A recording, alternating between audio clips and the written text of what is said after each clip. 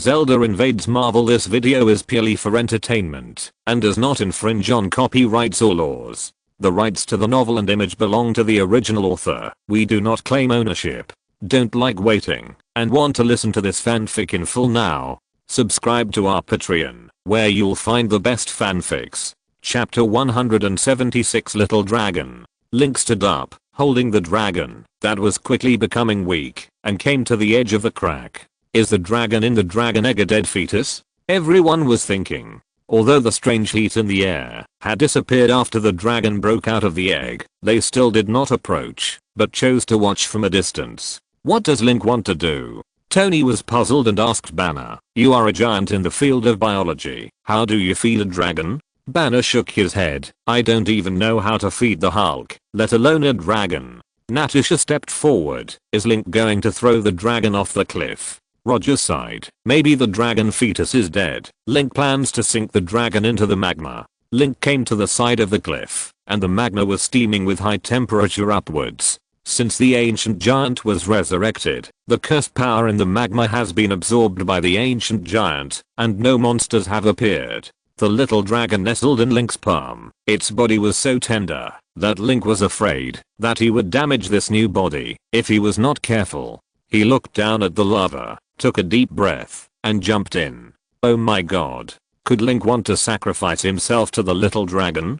Don't let him down. Tony shouted. Rogers looked at Tony with a strange look. You think too much. No matter how you look at it, Link doesn't look like a suicidal person. Tony spread his hands. Then give me a reason why Link jumped into the lava. It can't be to take a shower, right? Several people hurried over and saw Link floating on the lava. Zelda shouted, "Link, what are you going to do?" Link looked up and shouted, "I have a guess that I can't explain clearly." Everyone was puzzled. Link carefully placed the little dragon in the lava. Link had seen Orlone many times, but he had only seen Orlone eat once, and that was the life durian he brought. Maybe the dragon didn't eat at all, but absorbed energy. After all, if Orlone ate animals, the ecology of an area would be destroyed. Link's hands were already covered with magma. He was afraid that the magma would burn the little dragon. Link didn't even know whether Orlone was afraid of fire when he was young. He was like an unfamiliar father, trying to think wildly in his mind, while his hands were clumsy and embarrassed. When the little dragon's body was placed on the magma, a miracle happened.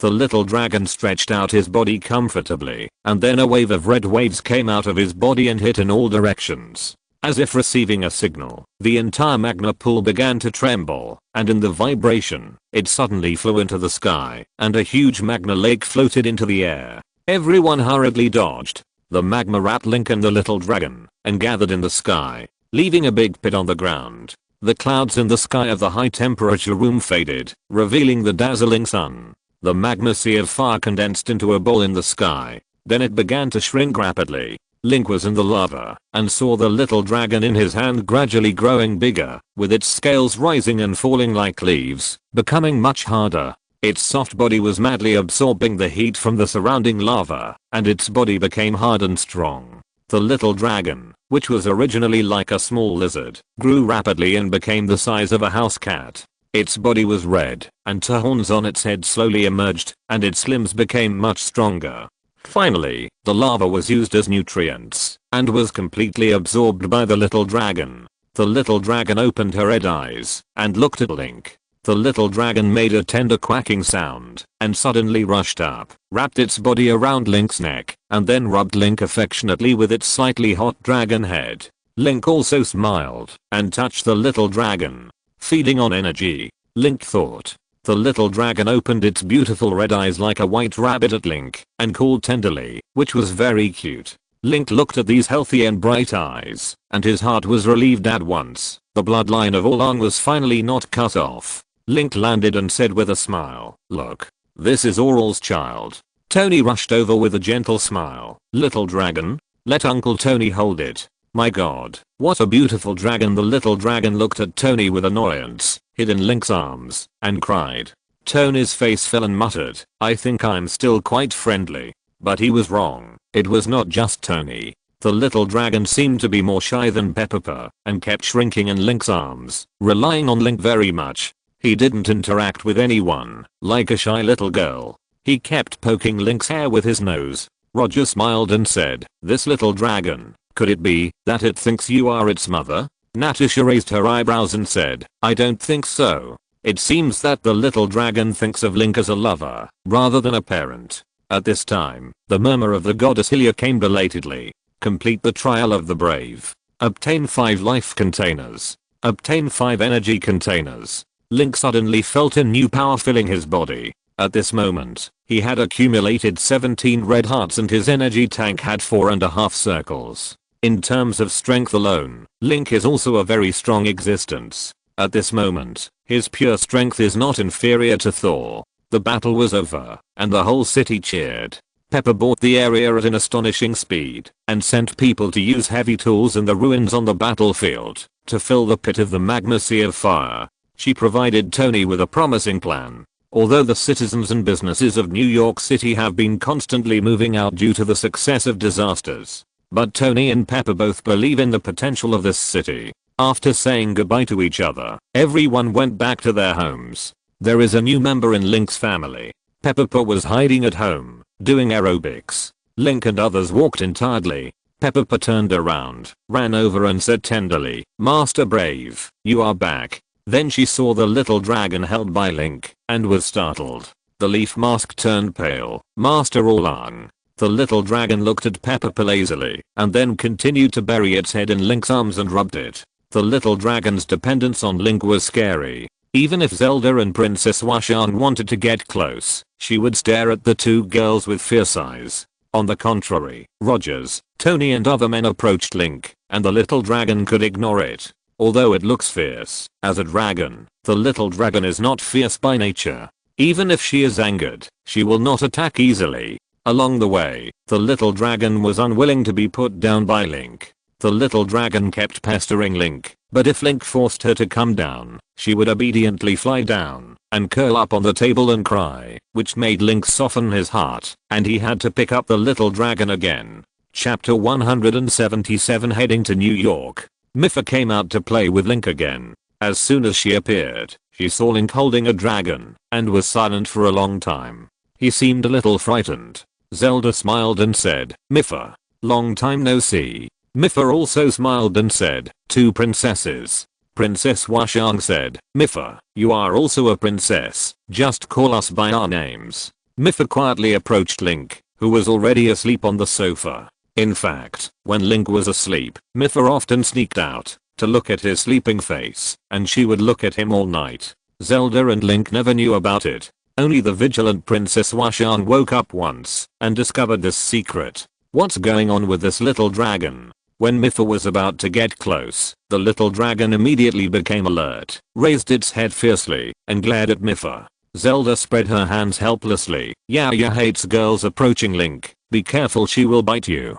Yaya was the name Zelda gave to the little dragon. She and Princess Washang were both bitten by Yaya because they approached Link. But Yaya is a dragon and will not hurt others easily. She just pretended to be fierce and bit someone's finger, not daring to use any strength. But Yaya looked at Mipha fiercely for a while and suddenly ignored her, letting her get close to Link while she continued to sleep in Link's arms. Zelda was envious. "Yaya doesn't seem to hate you, Mipha." Mipha smiled bitterly. "Maybe it's because I'm a ghost." The atmosphere suddenly became awkward. Mipha was watching him next to Link and didn't wake him up.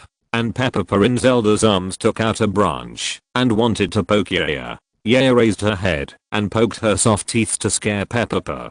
Princess Washang and Zelda no longer worried about these things, but Pepper was still scared to death and trembled in Zelda's arms. Zelda touched Pepper's head helplessly. "You are so scared, and you still provoke Yaya." Yaya's eyes like red agate stared at Pepper. She found that, no matter how fierce she was, people around her would not be afraid of her, except for this big carrot, who would be scared to death if she just grinned. For the sake of the majesty of the dragon, Yaya decided to bully Pepper. She suddenly flew out of Link's body and looked at Pepper with fierce eyes. "Ah, Lord Dragon. Don't eat me, princess, save me." Zelda was helpless. "Yaya won't eat you." Princess Washang smiled. Yaya also laughed, which scared Princess Washang and Zelda. At this time, Link woke up, raised his body, and rubbed his eyes. I had a nightmare. I often have nightmares recently. Princess Washang smiled and said, that's because Yaya always likes to lie on your chest when you sleep. Mipha smiled and said, Link, what did you dream about? She was very curious about what could scare such a brave boy like Link. Link said dazedly, I dreamed of a pink, round demon that ate me. Everyone was puzzled. Link looked up at the dim night outside the window. The sea surface was like the breath of a sleeper, constantly rising and falling. Link said, I hope the next battle will come slower. Suddenly, he felt his neck getting hot. Without turning around, Link knew that it was Fang coming towards him. As a dragon, Fang was much more unrestrained than the three princesses, and he never concealed his affection for Link. Fang leaned over from behind, looked at Link with his big eyes, and made a sound in his throat, just like the sound of a baby elephant. During the time spent with Jinan, Link was able to judge what Yaya meant by her tone, or rather, Yaya had been expressing one meaning to Link, play with me. Link held Yaya and thought for a while, then turned back and smiled. Let's go to London for vacation. Tony just happened to be going there for surgery. Zelda asked, what about Yaya? Leave her at home to accompany Peppa? Peppa waved his hands in Zelda's arms. Take me with you. I want to go and play too. Princess Washang was a little worried. England? I don't understand their pronunciation very well. I just learned English not long ago. I'd better stay at home. Zelda, people in Britain also speak English. Ah. Princess Washang opened her eyes wide. Isn't it said that every country in this world has a different language? Her face was slightly red. As a time traveler, Princess Washang's ability to adapt to modern society is obviously not as good as Link and Zelda. Link smiled and tapped Yaya's forehead with his finger, and Yaya's head shrank. Link smiled and said, do you want to go out and play? Yaya's eyes lit up and she nodded. Then she put her head on Link's neck and snuggled up to him, very happy. The next day, she flew to New York with Peppa, Tony and others who looked unhappy. On the plane, Tony kept observing Yaya and said, when she grows up, will she be as big as her mother? Link nodded. Peppa suddenly interrupted with great interest, then we can build a house on the back of Yaya and set up a tourist attraction. Then she found that everyone, including Tony, looked at her with strange eyes. Peppa blushed. I've been studying real estate recently, and I feel a little dizzy. Tony frowned. Surgery? That doctor named Strange is so powerful that he refused to fly to the United States and asked me to go there in person. Should I research a medical robot to completely monopolize the medical industry and let the arrogant and ignorant doctors here move bricks? Zelda secretly asked Peppa, why does Tony hate doctors so much? Peppa shrugged. He can't stand being asked about the details of his life. Tony was in a bad mood all the time, and Peppa persuaded him to have surgery to remove the shrapnel in his chest. But Tony never got over his knot. Zelda suddenly snapped her fingers like a Zappo. Tony, Link can actually help you solve this problem. Tony hurriedly sat up and glared at Link. Link, are you hiding something? Link stroked Yaya's head and smiled. Let Zelda finish first. Zelda smiled and said, Link knows a magnetic grabber. Let him help you suck out the shrapnel in your chest. Isn't that right? Tony's face turned pale. He sat down again and sighed. Okay, just forget what I said. Tony has developed a fear of Link's quick and decisive methods. Link is too confident and very fast. The experience of changing the reactor twice before made Tony shiver every time he changed the reactor. No matter what, he would never ask Link to help him change the reactor again. He should honestly find a British doctor and use a more classical method to remove the shrapnel. Chapter 178 Doctor Strange. Fourth update. Link felt that the plot had changed very strangely. In the original plot, Tony went to China to remove the shrapnel, but this time he went to the United Kingdom to find the future Doctor Strange, for surgery. In the original plot, Strange and Tony were very close.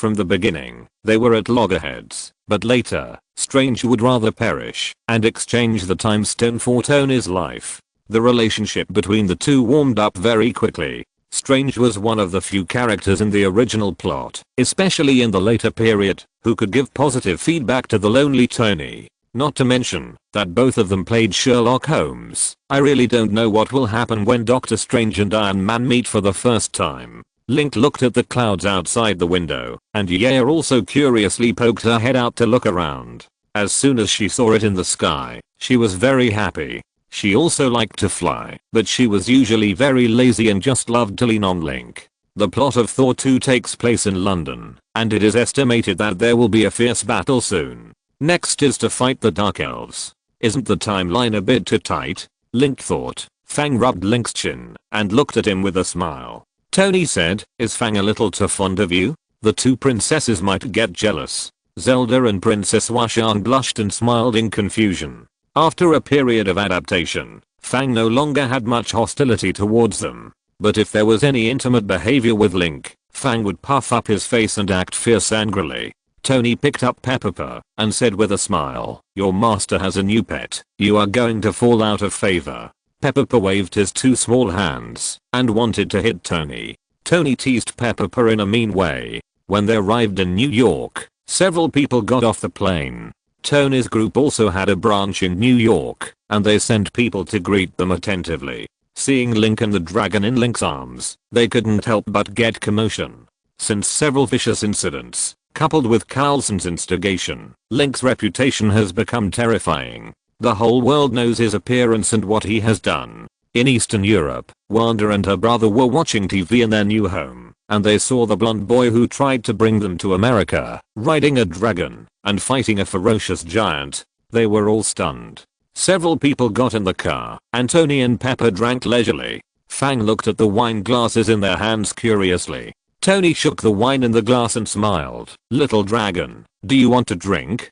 Fang flew over carefully, and Tony poured some for Fang. Link hurriedly said, Fang, don't eat anything randomly, Tony. You actually fed a child who was born not long ago. Link glared at Tony angrily. Tony noticed that Link was angry and immediately realized that he had gone too far and was about to put away the wine glass, but Fang got there before him, licked it curiously, and then Fang's face turned bitter, and he opened his mouth and spit out a mouthful of flames, burning Tony's face in front of him black, and his eyebrows, beard, and the front half of his hair were all burned clean. A playboy with neat makeup looked 30 years older under the fire of Fang. Link quickly hugged Fang, still a little angry. This is the result of doing bad things. Tony. Pepper couldn't stop laughing. Your face, my god. I'll get you a mirror. You'll be on the headlines tomorrow. Tony silently wiped his face with a handkerchief, took the mirror, and looked at himself turning into a half-moon head similar to that of a Japanese samurai.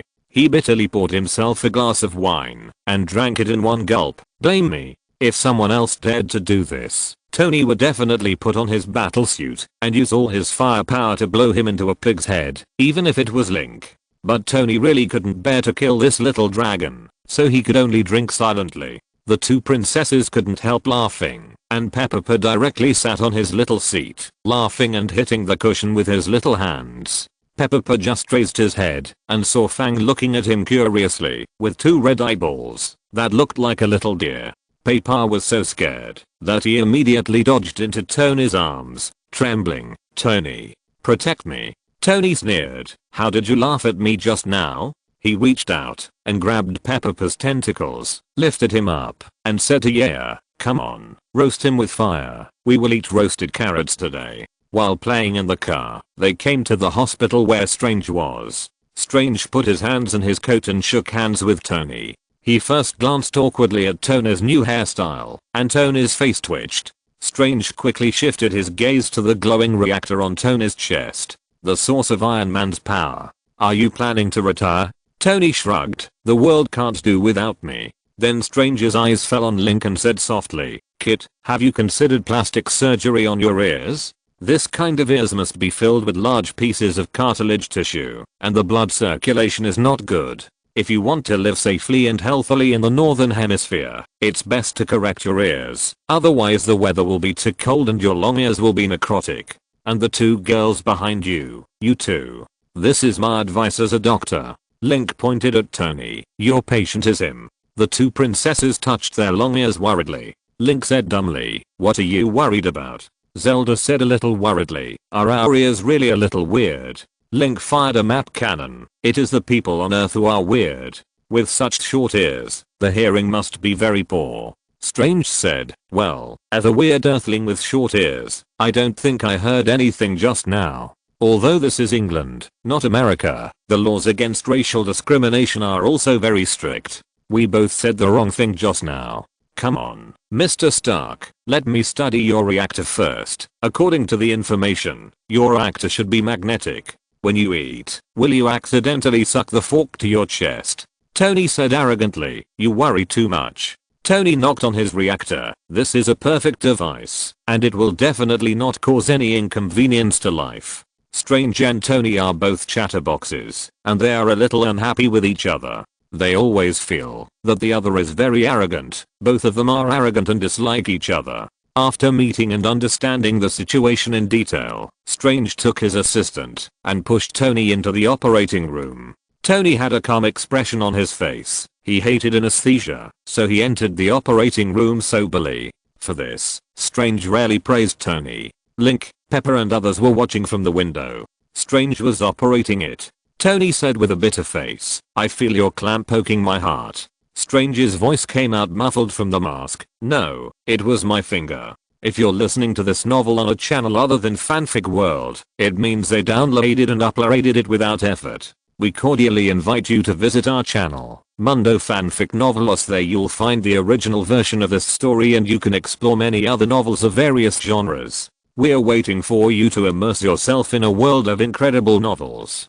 Chapter 179 Thor 2 begins. Tony was wary and didn't want to be anesthetized. He didn't want to be a lamb, to be slaughtered in a daze. Even if Slanchi played with his tonsils, he wouldn't notice it. This kind of wariness was actually unnecessary. After all, with Link watching, Slanchi had no room to hurt him. Tony was very nervous and felt that the doctor was using something, turning it over in his chest. Tony became even more talkative when he got nervous. He muttered, I hope you can learn to be as fast as Link. Slanchi said coldly, sir, if you always talk so much, I can't guarantee that I won't accidentally cut off your aorta. Besides, I have no obligation to chat with patients during the operation. Besides, I believe you Americans don't understand British jokes. Tony frowned. He had a strong tolerance for pain. I really want to know how you repair such a big hole in my chest. Slanchi said, fill the missing part of your sternum with metal materials that will not be rejected by the human body, and then replace it with skin donated by enthusiastic citizens. Tony, I want to meet that enthusiastic citizen when I'm discharged from the hospital. That would be the best. Slanchi said, for a wealthy man like you, there are many enthusiastic citizens willing to help you. They are all willing to meet with you, and then you generously give them a large sum of money, which would be even more perfect. Tony suddenly became serious. I have a very serious problem in mind. Slanchi, tell me about it. Tony said, what if the donor's chest hair is different from mine? Slantage. Pepper watched the doctor and the patient chatting, feeling very entangled. Link looked out the window boredly, and it was raining outside for no reason. So he said, I'll go out and take a look. Zelda was studying Slantage's surgery, really serious. And Pepper, standing on Zelda's shoulder, covered his eyes with his two little hands, not daring to watch Tony's surgery, but curiosity drove him to look at it from time to time, and quickly covered his eyes again, and continued to shiver.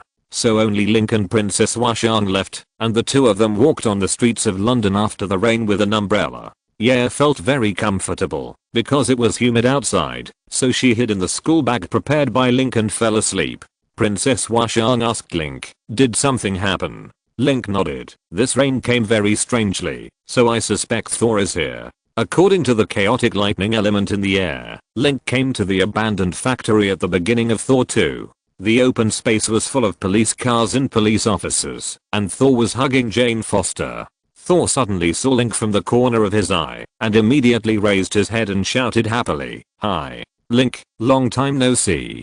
Jane gritted her teeth, and wanted to slap Thor again. The police officers present all new Link. The chief stepped forward and asked, Link, what are you doing in England? Link said, is it not okay to travel? The chief was speechless. Several police officers tried to reach out and grab Jane, but Jane Foster, who was parasitic with other particles in her body, immediately released a large amount of purple red light, forcing all the police officers to retreat. Link stretched out his hand and swept the purple red light in front of him. The police officer took out his gun and shouted in shock, "Put your hands up. She is dangerous." Thor grabbed Jane's waist and said in a deep voice, "Me too." He was about to open the rainbow bridge and return to Asgard to find someone to study Jane's physical condition. He smiled and said, "Link and Zelda, are you willing to accept my invitation to visit Asgard?" Link nodded. "Of course I am." He smiled helplessly at Princess Washang, and the battle was about to begin again. The Dark Elves were about to invade Asgard, and a battle no less dangerous than the Battle of New York was about to begin. In this battle, Thor's mother, Frigga, would die for protecting Jane. Link liked Thor very much, so he naturally couldn't sit back and watch Thor's mother die without helping. So he walked over with Princess Washang. The police around were very alert, but because Thor and Link were too strong, they didn't dare to act rashly.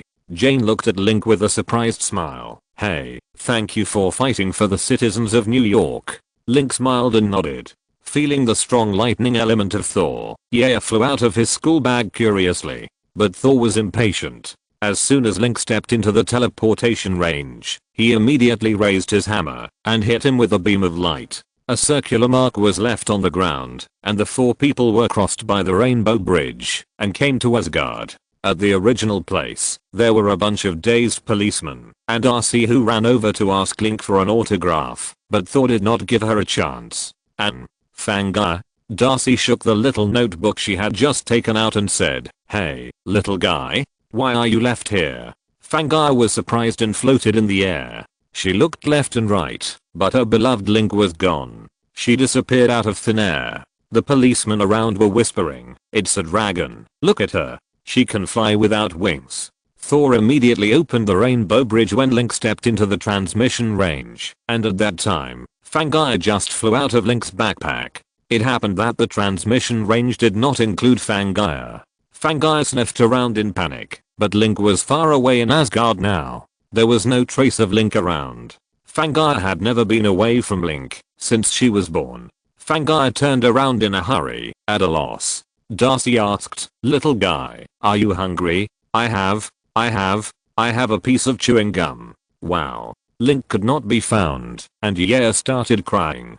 Darcy waved his hands hurriedly. "Okay, don't cry, don't cry. You don't like chewing gum. I'll find you something else." Woo woo woo. Yaya's crying sounded like a little girl. Wiping her tears with her little paws, she followed the scent of Link and flew back, bumping into the police officer behind her. The police officer hurriedly lowered his head, and Yaya rushed over and touched the police officer's shoulder with his tail. The police officer screamed in fear, "I was attacked by a dragon."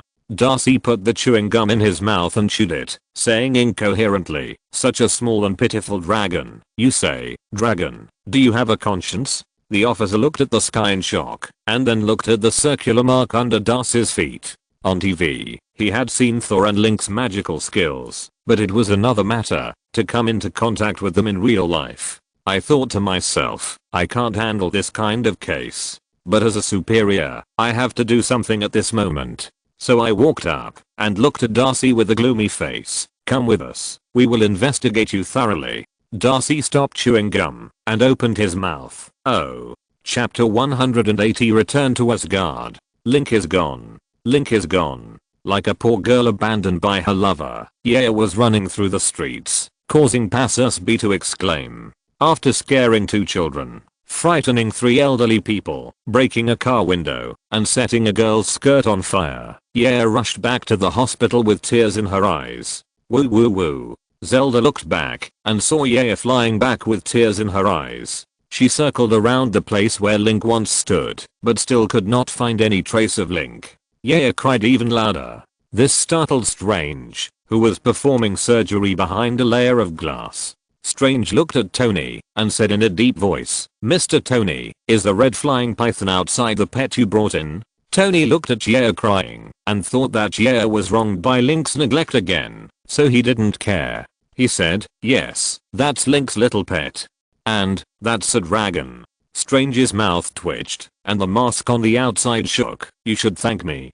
Fortunately, my fingers are surprisingly stable, otherwise I would definitely be frightened by the movement outside. Oh. Tony shouted, "You are tearing my heart's outer membrane." Strange said coldly, "Please don't show off your poor medical terms in front of the specialists." He took out the clamp, and the last and largest shrapnel was taken out. Then it was attracted by the magnet on the top of the head.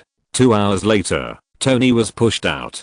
Pepper looked at the magnet on Tony's chest and was a little dissatisfied. "Why did you install this thing?" Tony smiled and said, "This is different from the previous one. It's just a patch." He stretched out his hand and twisted it. With a click, the arc reactor was taken down. Unlike the original cylindrical reactor that was inserted directly into the chest, this one was only a thin piece. Tony explained, "At least for the promotion of our company, I have to take this reactor with me. Just like the Coca-Cola logo that has never changed for 100 years. You know that I'm the living billboard of our company. You don't have to worry about me doing dangerous things. If the sky falls, Link will take care of it." Pepper looked anxious, "But Link is missing." "What?" Tony shouted, then his face turned pale, and he muttered, "You must understand the iron plate on my chest. Tell me, what is going on?" Fang flew back, and when he saw that there was no trace of Link, he immediately became anxious and cried loudly. Zelda and Peeper tried to comfort Fang, but Fang shrank on the balcony, only knowing how to shed tears silently, with 2 red eyes always wet, which was indescribably pitiful. Peeper jumped on the balcony tremblingly and did aerobics for Fang to make her happy, but Fang cried even harder and swept Peeper down with his tail. Zelda asked hurriedly, Yeah, where are Link and the other Zelda?" Link. Yeah sobbed and used his 2 little paws to gesture to Zelda. But after all, he was a dragon that couldn't speak human language, so it was too difficult to communicate. Yeah flew everywhere, using his long body as a metaphor, and almost entangled himself. Zelda was confused. Pepper took out a tablet from her briefcase and gave it to Yeah carefully, saying, "You can draw what you have experienced." Yeah sniffed, wrapped the tablet with his tail, and stretched out his little paws to draw on it. Unexpectedly, Yeah was particularly clever and quickly drew a comic strip. In the first picture, 2 little people with long ears walked on the street, one with long hair and the other with short hair. Obviously, they were Princess Washang and Link. In the second picture, Princess Washang and Link met 2 people, one of whom had long hair and a beard, and was wearing a red cloak, and the other was a little person with long brown hair. The little bug flying crookedly beside Link is Fang himself. In the third picture, a beam of light floats in the sky, covering the 4 people together. In the fourth picture, the 4 people disappear. Fang is crying, and next to her, there is a circle of strange circular marks. Zelda understood at once. Ah. Yes, Link met Thor, and was taken to Asgard by Thor. Pepper frowned and said, "Why did Thor take Link to Asgard?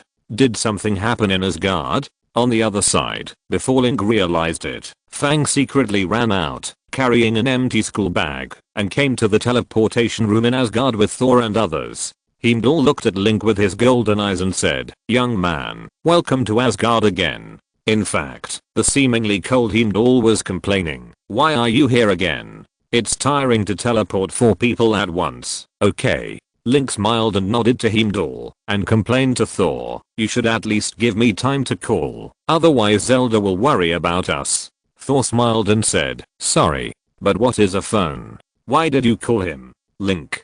Jane held her forehead. As a scientist who has entered the frontier of human technology, it is indeed a bit embarrassing to have such a boyfriend. Thor was a little worried about Jane's safety. That power, even as strong as Thor, felt very daunted. So he hurriedly took Jane to the Asgardian scholars and asked a large group of people to study Jane's clothes. Jane was a little shy and said, "Do you want to take off your clothes?" The indifferent scholar said, "No, kid.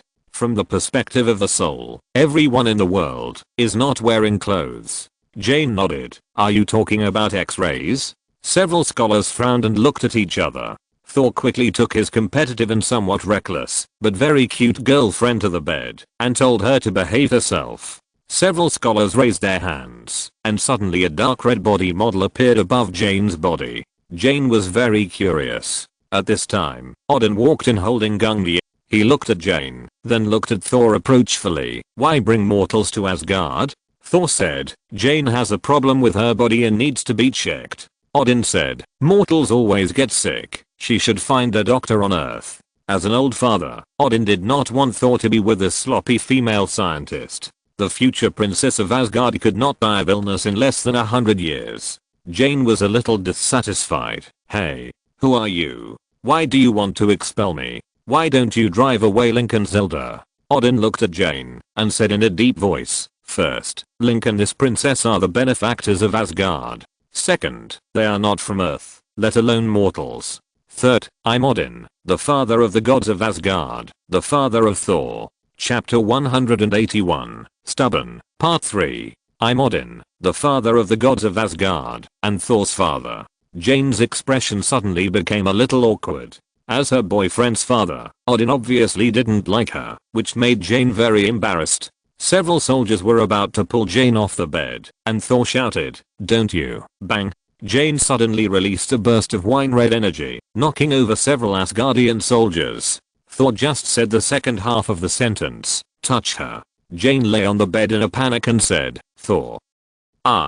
Link pulled up the soldier who was knocked against the wall, came to Jane, and whispered, don't worry, you'll be fine. Link's words always gave people a sense of reassurance. He was a person who could bring people an infinite sense of security, and Jane immediately calmed down. Thor glared at Link, a little jealous. I should have comforted her. Odin's face suddenly became serious. This is impossible. Thor asked, what is going on, father? Odin said, Jane's power comes from a substance before the birth of the 9 realms. I will take you there. Odin explained the story of the Dark Elves and the Ether Particles. The Dark Elves ravaged the 9 realms, and were finally wiped out by King Borg, Odin's father, and the Ether Particles were sealed. They came to a room, opened the book, and saw the Dark Elves in the book. Seeing their long ears, Thor was shocked. Link, you are not a Dark Elf, are you? Link's face was black. We don't look like the same race, are we? Besides, my ears are not that long. Thor gestured with both hands. My bastard brother doesn't look like a frost giant. But you also saw that the dwarf is a frost giant. Loki sneezed violently. Thor patted Link on the shoulder. Maybe you are the Dark Elf. When there is a chance, I will take you to find your roots. Odin said, no need. The Dark Elves have been wiped out by my father, and there is no such race of Dark Elves in the world anymore. Thor looked sad, and said to Link, please accept my condolences. Even so, I firmly believe that our friendship will not change. The hatred of the previous generation will disappear with the departure of the previous life. Link was so angry at Thor that his head hurt. I'm really not a Dark Elf.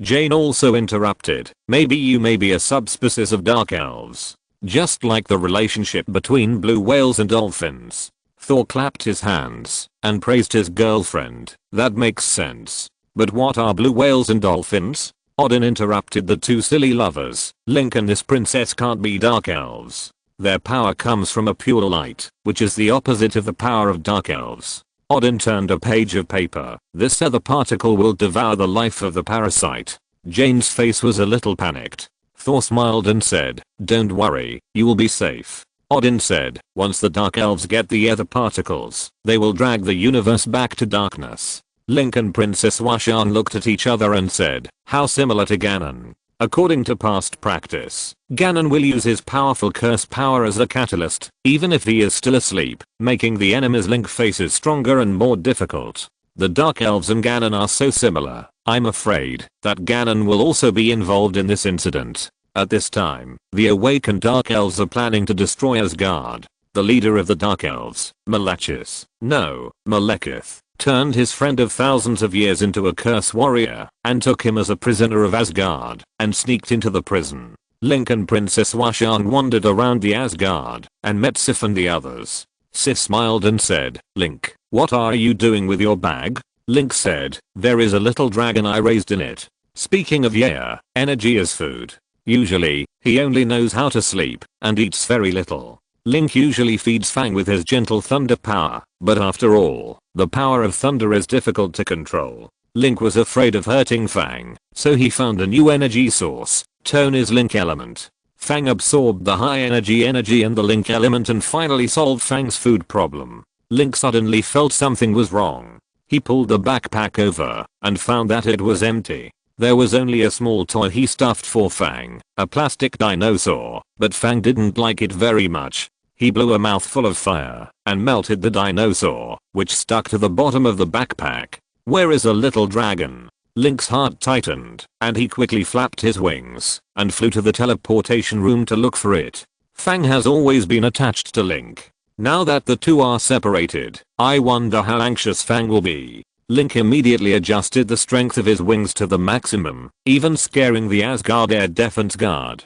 During the high-speed action, Link saw Heimdall struggling to chase something. Then, bang, Link's eyes went dark, and he felt dizzy. He had hit something hard, black, and hard, but no matter how hard it couldn't be harder than Link's head. Link had accumulated a lot of momentum during his high-speed flight. He crashed into the object he had hit, the Dark Elf spaceship. Heimdall was so scared that he could fit 2 eggs in his mouth. It was a car accident. Someone had crashed the car. It hurt so much. Link cried out, his forehead hurting so much. He turned around while rubbing his head and saw Heimdall standing stupidly on the bridge. The Dark Elf spaceship that Link passed through happened to hit the key position, and it burst into fire, and the flames spread all over the body and exploded. Boom. The spaceship, which looked like a sword, turned into a fireball and fell into the sea. Heimdall's mouth twitched, and he gave Link a thumbs up.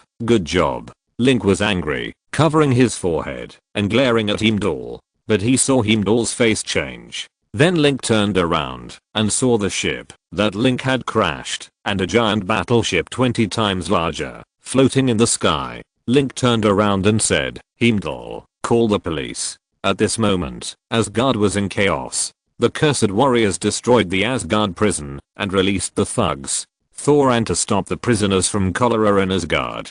Link flew up and took out his dragon scale sword in front of the giant battleship. Link loved the Master Sword the most. The Master Sword had a strong destructive power against any evil force. The power of the dragon scale sword was even simpler. It was the power of fire. Link aimed at the giant battleship, shouted, and swung the dragon scale sword. A sword beam flew out and instantly ignited in the air, just like a firework that exploded, expanding rapidly, and rushed towards the giant battleship like a fire dragon. Chapter 182 Malekith's Misunderstanding, 4th update. In fact, I have forgotten what kind of personality Doctor Strange has. Sherlock's twisted position is too serious. Just when Link used his head to look down on the Dark Elf's warship, Zelda, Tony and others came to the place where Link and others disappeared.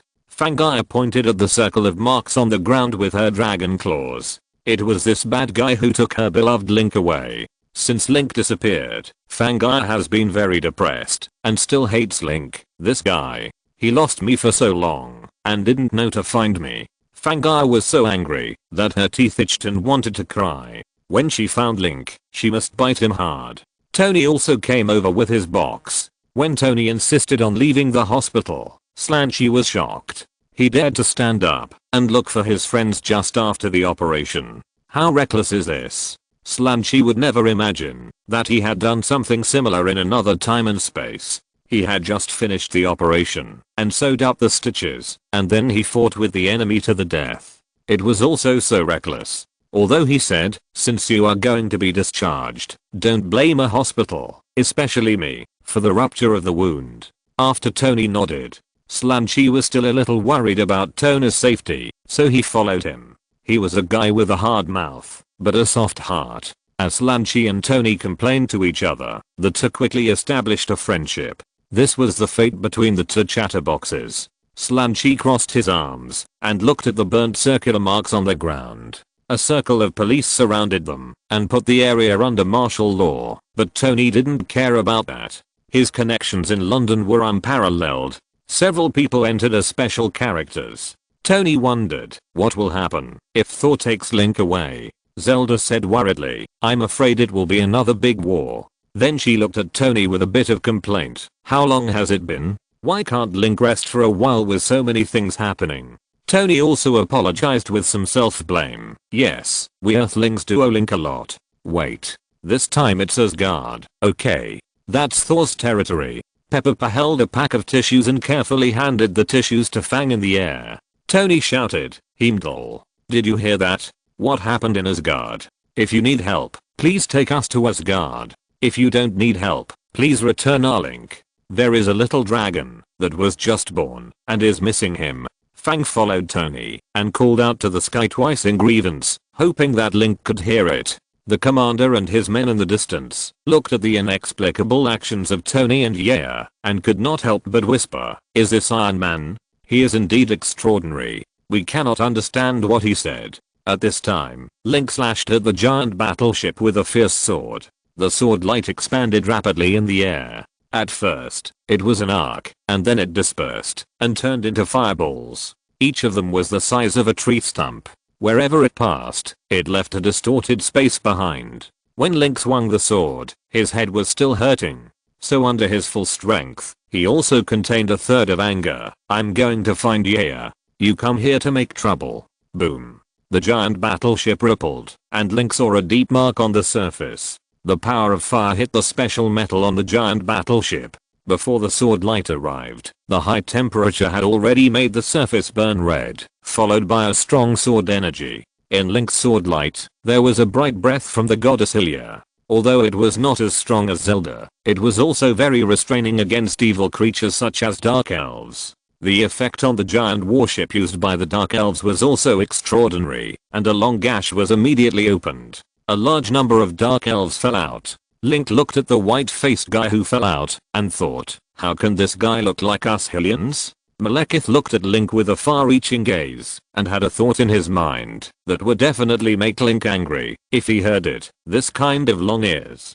Could this girl be one of our people? Like Asgard, the Dark Elves are also a warlike nation, stubborn, ready to die, and a man among men. A boy as pretty and cute as Link was naturally mistaken for a girl. Link was just about to swing his sword for the first time, but behind the giant warship, many small battle axe-shaped spaceships emerged, and they fired and bombarded Link. Link flapped his eagle wings and flew around to dodge. The main gun of the giant warship had begun to accumulate energy. According to Link's flying posture and direction, the giant warship had already planned and had already located Link's body. Malekith ordered, this child is very strong and can crash through a spaceship, but don't use too strong an attack. Hurt her and make her lose her fighting ability so that I can study her body carefully. Bang! A dark red beam of light flew out and hit Link. Since Link's position was locked, it was difficult for Link to dodge. Malekith should be glad that he had decided to let his men reduce the attack. Because, shield counter. Link likes this kind of straightforward light attack. He took out the Hylian shield, concentrated his attention, and swung it back. Tap. Although he had used it several times. But every time Link would sigh once, only the Hylian shield can make such a comfortable and smooth perfect shield counter. The beam of light went straight back and forth, turned 180 degrees, and hit back the main gun muzzle. Boom. The giant battleship shook violently, and the beam of light hit back the muzzle, causing a series of explosions. In the operation room, many dark elves were shaken. Malekith, on the other hand, was looking at the girl floating in the air with great enthusiasm. Such long ears, such powerful strength. Malekith, he really likes Link too much. But now the primary goal is to capture Asgard. As for the idea of attacking Link, he should slow down for a while. Malekith ordered, use small warships to contain her. Let's attack Asgard. And in Asgard, according to Link's secret instructions before, Princess Washang has been guarding beside Frigga and Jane. Jane is also a carefree person. She curiously talked to Princess Washang. I heard that there are two Zeldas. Is this true? Do you have the same name by coincidence, or are you twins? But you two Zeldas don't look alike. I like the other Zelda more. No, I'm not saying you are not good looking. On the contrary, I think you are more beautiful than the other Zelda.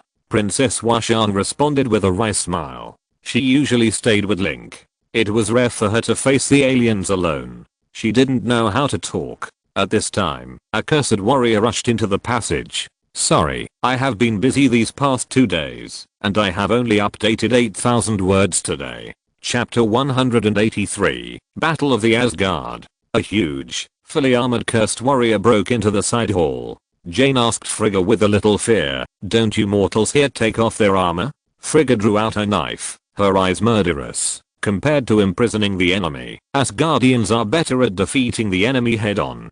And, as far as I know, this monster's armor is grown into his body. But Princess Washan quickly drew out her rapier to stop Frigga, and she rushed forward, turned sideways, leaned over one shoulder, her long hair slightly lifted back, and a wave of light appeared from head to toe, and golden light spots spread out.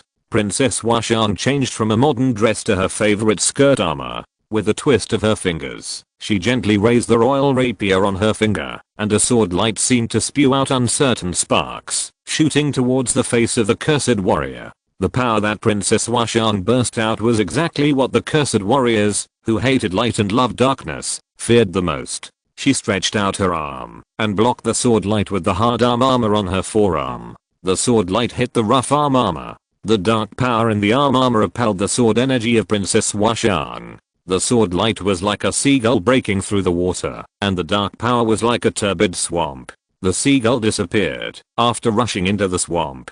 The sword light left a faint wound on the forearm. Princess Washan felt a vibration from the blade, so she turned around and raised her long hair gracefully, casting a beautiful golden semicircle in the air. In a flash, she struck out again like a venomous snake, and the sword tip stabbed into the gap of the cursed warrior's armor from a strange angle. Bang! The cursed warrior simply burst out with a strong wave, forcibly shaking off the stabbing sword, and then punched, and took a step, hitting Princess Washan's face fiercely. Princess Washan and the cursed warrior fought fiercely. One of them had a surging sword energy, like a white dove released, while the other was a dark bull, relying on pure and barbaric, a terrible power, that was simply exchanged for the loss of life. The two were not so determined to fight. The cursed warrior did not want to fight with a troublesome person like the Washan princess. His target was Jane, who had other particles in her body. The Washan princess would not let him do what he wanted.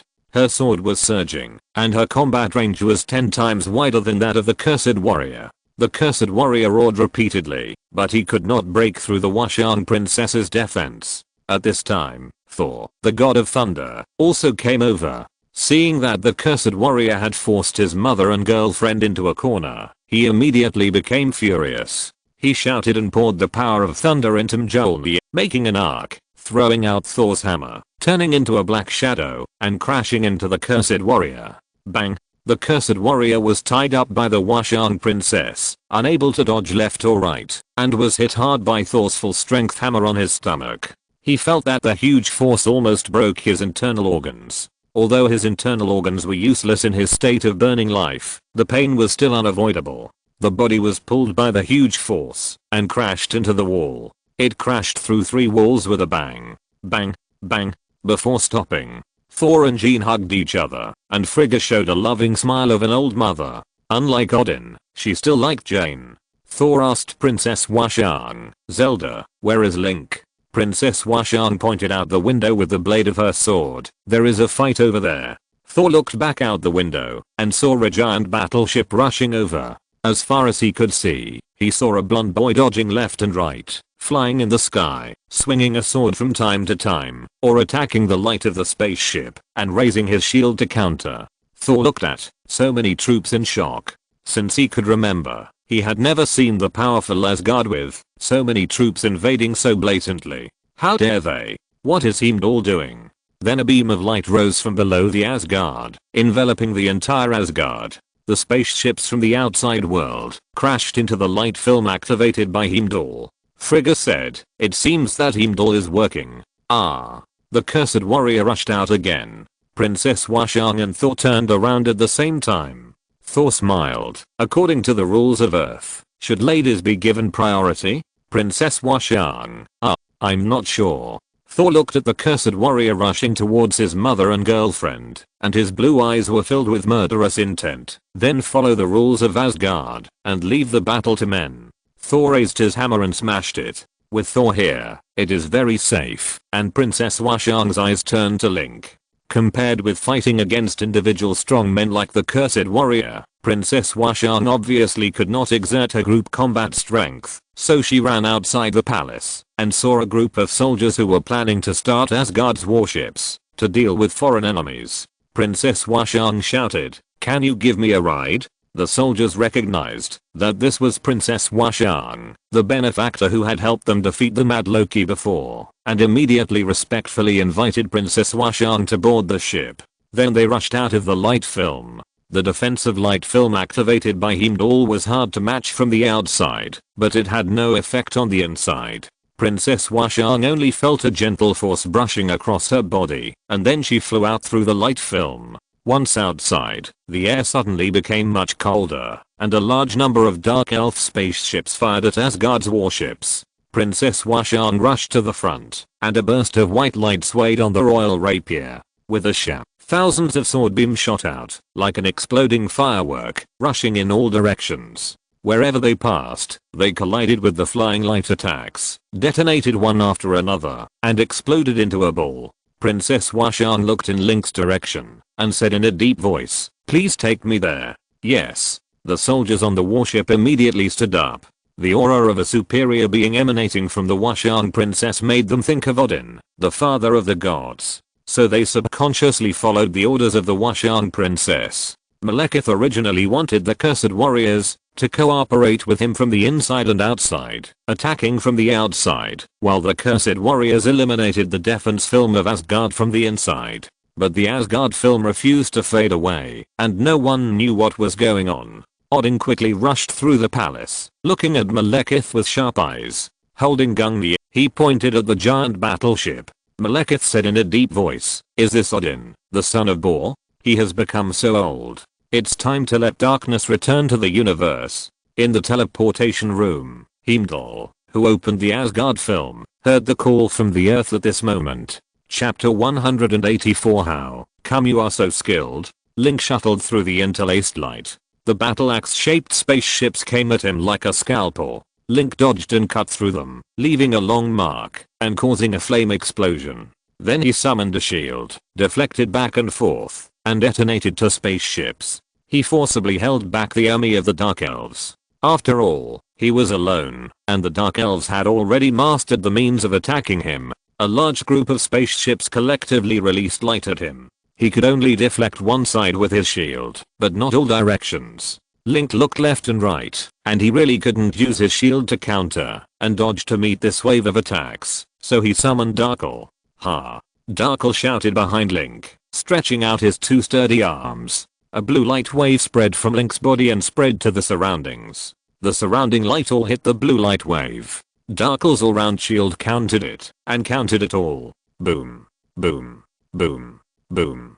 The surrounding spaceships all exploded under his attack. Seeing Link's fierce attack, Malekith was frightened, but he was not panicked. The appearance of several strong men in Asgard was not worth exclaiming. He stood in a spaceship and was ejected by a giant warship. It flew towards Asgard. Link was busy dealing with the siege against him and did not notice it for a while. When he came to his senses, he saw that the spaceship Malekith was in had already rushed into Asgard. Huh. Link was shocked. Is it the defensive light film of Asgard? Why is it gone? Link. Princess Washang floated over in a small boat. With a few sword energies, the Dark Elves warships were detonated by Princess Washang one after another. At first, Princess Washang had a hard time fighting, but in the end she found the trick, which was a small hole where the warship spewed fire. If you attack there, the warship will be very vulnerable. Link had crashed into it before, which caused the Dark Elf spaceship to explode. Link shouted, "How are Frigga and Jane?" The Washang princess made a circle with her hands in front of her mouth and shouted, "They are all safe. Thor also came when I was fighting the Curse Warrior." Link breathed a sigh of relief. As long as Thor was around, Frigga and Jane would be fine. But since Thor was there, how could the Curse Warrior destroy the protective light film from the inside? What was he doing? Link rushed down and blocked the Washang princess's waist. The two of them galloped across the sky, nodded to each other, and combined their swords. The infinite power of the two swords blended into one, forming a 100-meter long sword beam. The two of them spun in circles quickly, sweeping the sword beams around, and the spaceships surrounding Link exploded one after another. It exploded into a circle of fire. Link swooped down with Princess Washang. Princess Washang looked a little scared. She hugged Link tightly and said in a hoarse voice, "Slow down, I'm a little scared."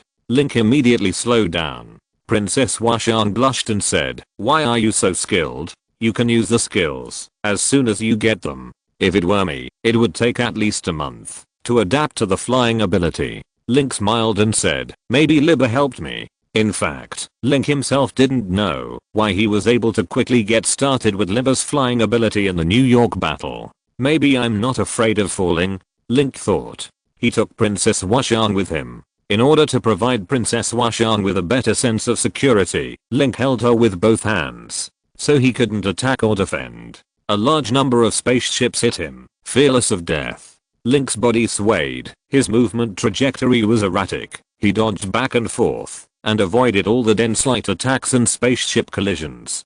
Princess Washang was so scared that she covered her eyes in this dazzling ups and downs. Princess Washang was unexpectedly cute in this situation. Link smiled. Behind Link, the intensive attack meant that it was easy to accidentally hurt friendly forces. Even if Link did not attack, many spaceships collided with each other during his flight, causing the planes to be destroyed and people to die, or the light hit his own warships. In short, behind Link, they were quickly blown up, as if Link was a small rocket with a large displacement. Tap.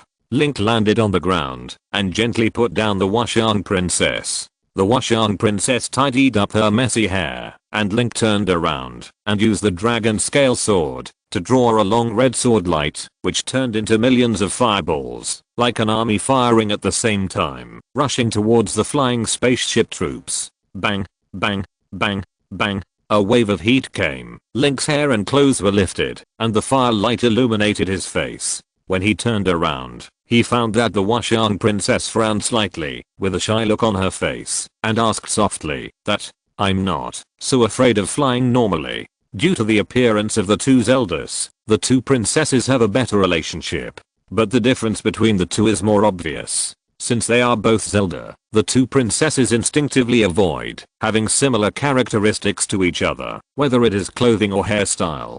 Compared with Zelda, the Washang princess is usually more stable, reliable, and serious. Zelda is like an underage princess, while the Washang princess is more like a queen. Her every move is in accordance with etiquette, and she always has a faint expression, as if nothing can alarm her. Just now, it was one of the few times that the Washang princess felt panic in front of Link, so she was a little shy. Link smiled. So the Washang princess is also afraid of something? He didn't pay attention to the girl's subtle thoughts, took the Washang princess's hand, and ran to find Thor and the others. Thor, on the other hand, was fighting with Malekith and the Curse Warrior. It was very difficult for Thor to deal with the Curse Warrior alone. In the original time and space, he was almost killed by the Curse Warrior once, if Loki hadn't detonated the Space Annihilation antimatter detonator on the Curse Warrior's waist in time. The two brothers might both fall at the hands of the Cursed Warrior. Bang! The Cursed Warrior kicked Thor in the stomach, and Thor spat out a mouthful of blood. His body bent into a bow shape and slammed into the wall. Thor, his girlfriend and mother hurriedly pulled Thor off the wall. Thor looked behind him dizzily and saw the human-shaped gap he had made on the wall, which formed a particularly embarrassing big shape. Thor wiped the blood from the corner of his mouth and said, "This fist, are you reluctant to use force? Mother, Jane, you step back, let me teach them a lesson." In fact, he had not yet recovered from the pain in his stomach. He had a gloomy face and quietly inhaled in pain. Malekith said coldly, "Hand over what belongs to us." Thor grabbed the hammer that flew back, pulled Jane behind him, and shouted, "Jane belongs to me." Chapter 185 Male? What a pity. Third update. Jane couldn't help but want to smile even in danger. She looked at Frigga beside her shyly. The Cursed Warrior stepped forward and punched him. Thor's face twitched a little. He couldn't bear this punch. But the two most important women were behind him, so he couldn't retreat. He bravely swept from bottom to top with his hammer. However, his hammer missed. The Cursed Warrior's body shook strangely and flew to his right. Thor was shocked. How could he fight against such a strange body movement and speed? But soon, he found out that he was wrong. The cursed warrior didn't dodge Thor's attack voluntarily, but was kicked away by someone. A fierce electric current came from the man's foot and hit the cursed warrior's shoulder. The current quickly spread throughout his body. A burst of thunder and crackling made the cursed warrior's accumulated power dissipate, causing his body to temporarily become soft. Snap. The cursed warrior hit the wall hard, and one of his horns was broken. Malekith was startled. Before he could react, he felt a chill on his neck. A rapier was placed on his chin. The cold blade was pressed against his skin. The slight tremor from the blade was clearly transmitted to the special sensory nerves of the Dark Elves. He knew that this tremor was not from fear, but from the user suppressing the vigorous power in the sword. Once Malekith moved a little, he was sure that the sharp sword energy would burst out from the rapier and crush his throat. Link. Thor was delighted, although he pretended to be arrogant. "Oh, you came at the right time. I was going to beat him up, but you got there first." Link retracted his foot. Ever since he was beaten up by Natasha on the plane, he has been practicing boxing and kicking in secret. Although the effect was not very good, if it was just a kick like this, his action was impeccable. Link looked at Thor and wondered, why did you fight him in a hand-to-hand fight? Why didn't you use lightning? Thor didn't know how to answer, because he often forgot that he was the god of thunder and rarely used lightning. He put his hands on his hips and thought for a while, then said, "An enemy of this level is not worthy of my using lightning." "Jane, I feel that Thor is showing off." Frigga nodded. "That's right. I can recognize this kid when he lies." Thor's shoulders slumped down. The two women behind him, who were very important to him, were ruining his performance, which made him look a little unhappy. Thor rubbed his stomach and saw that the cursed warrior fainted. The Washang princess stretched out her sword to control Malekith. Although he was a little unhappy that Link stole his limelight, Thor was not an ungrateful person. Link helped him solve a big problem, so he was naturally deeply grateful. Then he glanced at Malekith and said to Link, "Are you sure you are not of the same race?" Link. Malekith looked at the Washang princess and his eyes stayed on her delicate white long ears for a while. He said, "What beautiful ears. This is a symbol of nobility." Link was immediately dissatisfied. "What are you looking at?" Princess Washang tried to spit out sword light from the blade and cut Malekith's neck. Malekith's face changed. This kind of power. He stared at Princess Washang. Compared with ears, the inner characteristics are the standard for judging whether they are of the same race. The power that Princess Washang just released was so bright and pure. It is definitely impossible for it to be the characteristics of the Dark Elves who devour chaos. Malekith looked at Link with a cold look. "So, you, a little girl, are not of our race." Link's two thick eyebrows stood up. "You think he is a girl again?" Thor smiled. Link glanced at him, and Thor immediately coughed. Link got angry, which was particularly scary. Link pointed to his Adam's apple. "Look carefully. I'm a man, wait. Why do you look disappointed?" Malekith sighed, making Link very upset. At this time, Odin also arrived here with Gungnir in his hand, pointing the gun at Malekith's head. "Dark Elves, you were almost killed by my father, and you dare to cause chaos in Asgard." Malekith said in a deep voice, "The Dark Age will eventually come, and you can't stop it." It was Odin, Thor, Princess Washang, and Link again. Although Malekith was held hostage by Princess Washang with a sword, he was not afraid. As the ruler of the ancient Dark Age, his fighting ability was extremely strong. Even Odin was very immature in front of Malekith. Malekith's eyes changed when he looked at the Washang princess, and his tone became much colder. "Little girl, how long have you lived?" "Before I ruled the world, Midgard was still frozen. Do you think you can stop me with a fragile sword?" Thor rushed forward. "What about my hammer?" Just as Thor rushed forward, Link suddenly shouted, "Princess, Thor, get out of here." Malekith took out a space annihilation detonator from the inside of his armor and threw it on the ground. A black vortex appeared on the ground, and the surrounding space was instantly crushed into powder. The edge of the Washang princess's skirt broke apart, and Malekith grinned. Link hurriedly reached out to Mistidin, and the branches wrapped around the Washang princess's waist and pulled her over. It seemed that Thor was about to be swept into the chaotic void by the broken space. Odin screamed, Jane was stunned, and Frigga covered her face. And Link was the only one who was guaranteed to be awake on the scene. Time stopped. Link imprisoned Thor in place and tied him up with several glowing golden chains. Thor was like being soaked in honey, golden all over, solidified there, and his expression was still surprised and fearful. The chaotic space vortex scraped Thor, trying to draw him in. But Thor's body stood still. Then the cursed warrior roared, rushed over, hugged Malekith, crashed through the fence, jumped onto a fleeing spaceship and left. At this time, the chaotic space vortex collapsed together and disappeared. Thor still remained golden. Odin breathed a sigh of relief and said to Link, "Thank you for saving my son."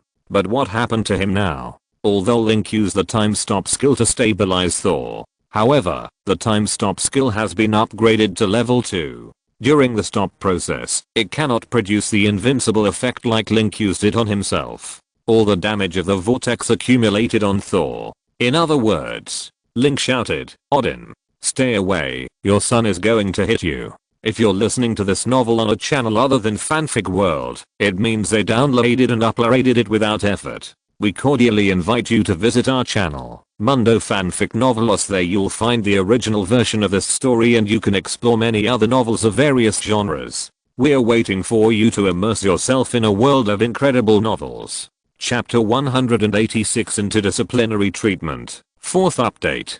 Thor's golden body began to flicker, and Odin also noticed something was wrong and dodged hurriedly. There was a clumsy soldier next to him who had not reacted yet. This was in line with the Asgard soldier's habit of slacking off all year round. Heimdall was responsible for guarding, and Thor was responsible for patching up the pot. Bang! The chain exploded, and the law of space lost its effect on Thor. The force that originally stayed on the surface was applied to the whole body. Thor didn't understand what was going on, and flew backwards and hit the shield holding and slow soldier hard. The two of them were like hamburgers, sticking to the wall.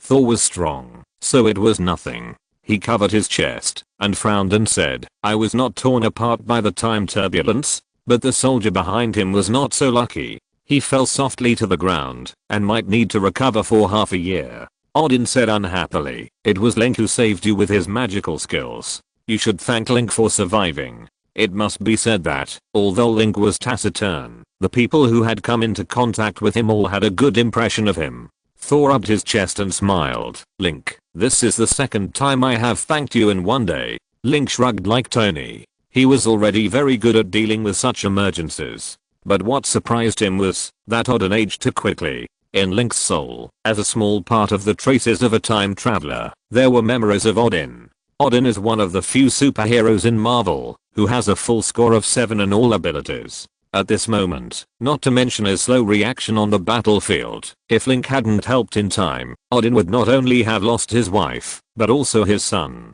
Perhaps Thor's growth made Odin unnecessary to maintain his edge, or perhaps the ravages of time made the world's strongest man numb. In short, in this battle, Odin's contribution was far less than Link's. Thor was like a puppy, turning around in circles looking for something.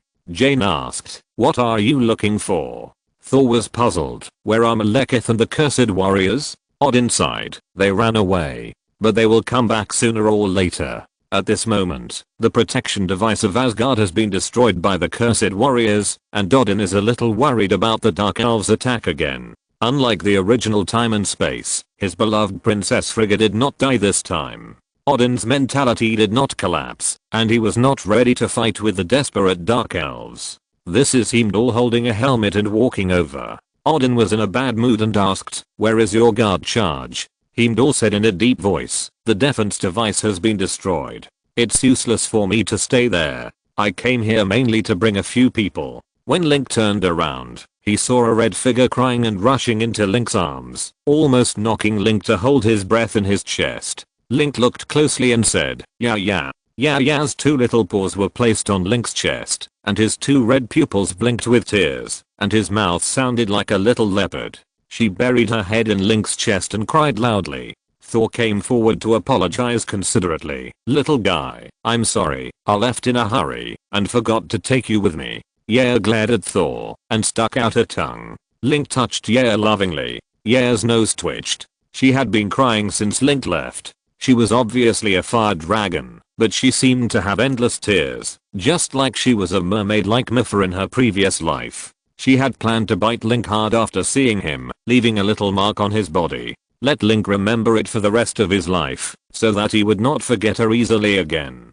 But when she saw Link again, all the anger and complaints were not as important as hiding in Link's arms and acting like a spoiled child. Tony also came over in armor. "Hi. Here I'm again." Odin smiled and said, "Tony Stark. I know you." Tony's eyes were filled with surprise. "It's an honor." The last time Tony came to Asgard, Odin was sleeping. Even though Thor knew Tony's name, they had never met Tony before, so they were able to recognize him when they met for the first time. Tony was very surprised. Although he was aloof, he had strong negotiation skills. At this moment, he combined his skills and saluted Odin and Frigga with the etiquette of Asgard. Zelda came up and said, Yeah, saw that you were missing, so he brought us to find you. Unexpectedly, we found Asgard directly. It was Heimdall who brought us here. What happened? It seems that a big battle took place here. Tony smiled and said, Our firefighter Mr. Link is no joke. I'm afraid he has completed another wonderful battle and saved Asgard from danger, right? Odin and Tony get along very well. He has known Tony's name for a long time. Odin smiled and said, My child Thor, it is his honor to be friends with Link. Thor smiled and said, Of course. Great warriors should of course be friends with great warriors. Link touched Fang's head sullenly. Just don't think of me as a descendant of the Dark Elves anymore. But in addition to Fang, Zelda, and Tony, there was another person who was taken from Earth by Heimdall. That person stood among the crowd with a sullen face. Seeing these people in strange clothes talking happily, I felt as if I was a superfluous person for a moment. Slanchi stood stiffly at the farthest point, as if he was squeezed in the middle by 4 invisible fat men. Just before Link reacted, Frigga asked thoughtfully, Sir, are you also a friend of Link and Tony? Thor greeted him with a smile. I believe that, since you are a friend of Link and Tony, you are also an excellent warrior. Strange glanced up and down at Thor with a stiff face, his lips moving. I'm Mr. Stark's attending physician. My name is Strange. Thor looked at Odin with a surprised smile like a fool in a landlord's family, and pushed Strange in front of Odin. Father, this is the doctor on Earth. Strange was silent for a moment, and out of the strange character and politeness of the British, he said, Hello, sir. I'm a doctor specializing in neurosurgery. My name is Stephen Strange. If you need anything in this regard, you can contact me. Our hospital has preferential policies for foreigners. Odin. Thor. Tony. Tony hurried over and said angrily, What do you say you are? Neurosurgeon? I actually asked a neurosurgeon to help me remove the shrapnel from my heart. Why didn't you tell me in advance? Strange. Just a different profession. The principle is similar. Tony said angrily, Will you let a urologist help you with hydrocephalus? Thor hurriedly pushed Strange in front of Jane. Doctor, since you are able to cross professional boundaries, can you help me remove the other particles from Jane's body? Strange. Chapter 187 There's no hope. Wait for death. Goodbye. HMM. Doctor Strange borrowed a thick parchment from Asgard and used a pen to write down the description of the patient. He nodded from time to time, as if thinking about something. It must be said that Strange has a professional temperament that can calm people down and make patients feel trustful. Asgard's guards were cleaning up the ruins and the bodies of the Dark Elves. Odin and Heimdall went to handle official business and were waiting on the side. Strange was very calm from beginning to end. Looking at this professional posture, Tony couldn't help but think, since as a neurosurgeon, he can help remove shrapnel from the body, then maybe it is really possible to remove the other particles for Jane. That's what happened. Jane told Strange all about her experience and some signs of her body. After a long speech, Jane breathed a sigh of relief with a little shortness of breath. Doctor, can Jane's condition be cured? Thor was a little nervous, touching Jane's 2 hands and putting them together with his own hands. He looked at Strange with expectation on his face. Strange nodded and said confidently, I don't understand. I have no idea. Tony stumbled and almost fell. He said angrily, since you can't cure it, why are you pretending there? Thor's face twitched. If it wasn't for the guests brought by Tony, Thor would definitely let this Majordian who dared to play tricks on him taste the comfort of thunder and lightning. Strange spread his hands. When a patient goes to the doctor, even if you can't cure it, you should at least listen to what the person says. This is professional ethics. There are always many terminally ill patients who come to the hospital for diagnosis every day. We doctors can't say, wait for death, there is no hope, goodbye or something like that. Jane was very worried. She was young and not ready to die. Am I hopeless? Thor has changed a lot in the previous incidents, and now he is much calmer when facing things. He hugged Jane and said, there must be a way. You Earthlings don't know how to treat it, so I will go find someone who understands ether particles. Tony also stepped forward to comfort Jane. It's okay. I'll take you back to Earth later and use the most sophisticated instruments in the world to check you thoroughly. Your trouble is Thor's trouble, and Thor's trouble is my trouble. Tony patted Thor on the shoulder, pinched his chin and said, according to your description, ether particles are actually a kind of liquid metal that moves on its own. Whether it is a metal is still in doubt. Perhaps we can simply compare Jane's situation to mercury poisoning. I heard that someone has developed nanorobots, and we may be able to take out the ether particles in Jane's body through technology rather than magic. Thor thanked Jane sincerely. I will always remember your kindness to Jane. Tony smiled and said, maybe you can let me open a branch of Stark Group in Asgard. Asgardians, perhaps it's time to experience the beauty brought by Earth's technology. Jane's smile was a bit forced. Zelda saw this, pulled Link's arm, and whispered to Link, Link, do you have any ideas? Link said, yes. Thor turned his head suddenly, really? Link said, actually, it's similar to your idea.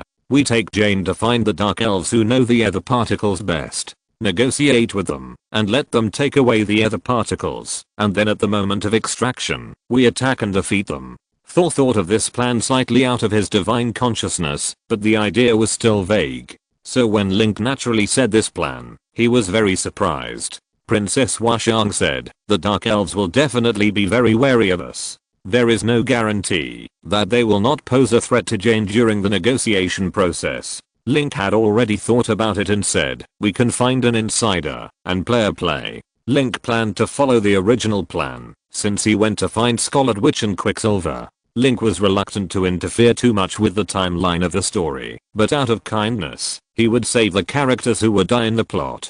From Ethan to Coulson, from all the citizens of New York to Wanda's family, and then to Frigga. Princess Washang asked again, where should we find this traitor? As soon as Link opened his mouth, Thor immediately said, my brother, Loki. Princess Washang and Tona's faces suddenly became strange. To be honest, Loki's popularity is really bad. Loki was imprisoned, and the Cursed Warriors regarded Loki as an enemy of Asgard.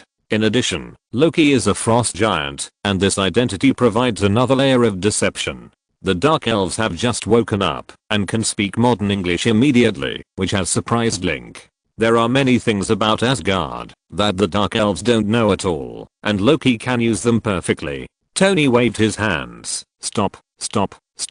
What are you talking about? Instead of releasing that hawk-nosed sinister villain, it is safer to have a fight with the Dark Elves. If we release Loki now, the whole Earth will not want to. Frigga was a little dissatisfied and said, Mr. Tony, please don't say these excessive words in front of Loki's mother. No matter what, he is the Prince of Asgard. Tony apologized sincerely, and then continued, he almost manipulated Link to kill Zelda. Frigga looked at Link awkwardly and hurriedly said, oh, not a biological child. Haha. Loki was lying on a soft sofa in prison, shaking his wine glass elegantly. Compared with other prisoners, Loki's treatment was dozens of times better. He squinted at the other prisoners who were staring at the wine on his table, and smiled contemptuously. Suddenly he sneezed, and the wine spilled on his clothes. Those rude alien prisoners laughed. Link said softly, it's okay, release Loki, he can't do anything. Link summoned Mistin, and whipped out a loud whip. Tony was immediately convinced by the reason Link brought out. Yaya curiously chased after the tip of Mistin's whip. Thor couldn't help but sigh, my father was right to give you Mistin. Frigga wiped her tears silently, if I had whipped Loki more often in my early years, he might not be like this now. Tony hurried forward to comfort her. Don't worry, it's never too late to educate your children. Thor frowned and looked at Link. Why is the topic getting weirder and weirder? Loki wiped the clothes on his chest with a towel. As a frost giant, he suddenly felt a rare chill. I have a bad feeling. Chapter 188. Who blinded my eyes? My premonition has come true. When a group of people led by Link came to the prison, Loki shrank timidly in the corner, looked at Link with an expressionless face, and forced a smile. Long time no see. I have been staying here honestly recently, and have not provoked you. You are not going to run from Midgard to Asgard, to cause trouble for me, right? Link said, we want to ask you for a favor. Upon hearing this, Loki immediately put on airs and said, really? I hope you can convince me again. Snap. Link whipped a whip. Loki jumped up in fear, his face squeezed out a bunch of terrified wrinkles, and screamed, Dad, Mom, save me. Frigga felt a little embarrassed and left quietly. Link said, you can only agree, you can't refuse. Tony urged Link, don't worry about it, just give him a beating first. Give him a beating and he'll behave himself. Loki looked sinister, staring at Tony, and said coldly, I hope you know where this place is. Do you see this golden wall of light in front of you? Your Earth tech gadgets can't do anything to me. Link stepped forward and punched. Pop. The golden wall of light broke apart. Loki stood in the corner, his face livid. He didn't expect Link to be so fierce and break the golden wall of light with one punch. Loki looked at Thor, who had been silent, and shouted, brother, you are the future king of Asgard. Do you want to watch outsiders commit crimes in Asgard? Thor turned his head away, whistling. Loki watched Link slowly approaching, and quickly begged Jane, hey, I'm the younger brother of your sweetheart. You can't just watch your boyfriend suffer a family tragedy, can you? Jane also crossed her arms, looked at him coldly, and ignored him. Loki didn't know who to beg for a moment, watching Link getting closer and closer. Although Link was younger and shorter than him, but in Loki's heart, Link's terror far exceeded that of Thanos. Link slowly walked forward and raised his whip. Snap. Loki's lips trembled, and he cried out, Strange also followed curiously to see what kind of person this famous Loki was. As a result, the first time he met him, Loki cried. Strange asked, why is this greasy-haired guy so afraid of Link? Zelda said, he once angered Link and was beaten up by Link. Tony added, it was not an ordinary beating, but the kind of beating that was completely aimed at humiliating people. It lasted for 6 hours. Tony exaggerated. Strange's mouth twitched. He felt that his mind was a little confused. Where am I? What am I doing? Who am I? I'm a doctor. Strange felt that he and the people around him were completely different, and fell into deep confusion. How did he end up on an alien planet? Link whispered, I asked you to help, so why don't you say anything more? Loki held his head and shook his head. Link said, I will take you out of prison. If you run around and mess around, you know how I will deal with you. Loki nodded aggrievedly. Link snapped his fingers. Tame Loki. So Thor brought Loki out. Thor had already told Odin about this matter before.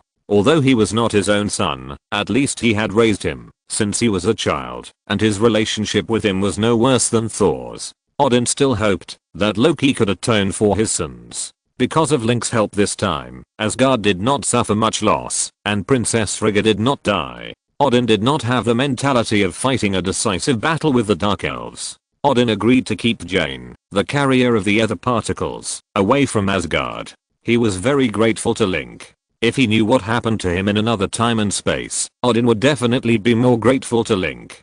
Loki is a very complicated person. His inner emotions are hidden very deeply, but they are always exposed impulsively. He always looks cynical, but he can't afford to play with others more than anyone else. He seems to be strong-willed and cold to the criticism of thousands of people, but his heart is surprisingly soft and easily hurt. As the god of mischief, Loki's heart is also like a kaleidoscope. One angle is a whole new world. For example, just now, under the pressure of the great demon Link, he cried in the corner. Not long after he walked out of the prison, he became arrogant again. Strolling in the corridor of Asgard, he greeted the guards he knew. He also said to Tony frivolously, you know, I admire you very much. I should have turned you into my puppet first.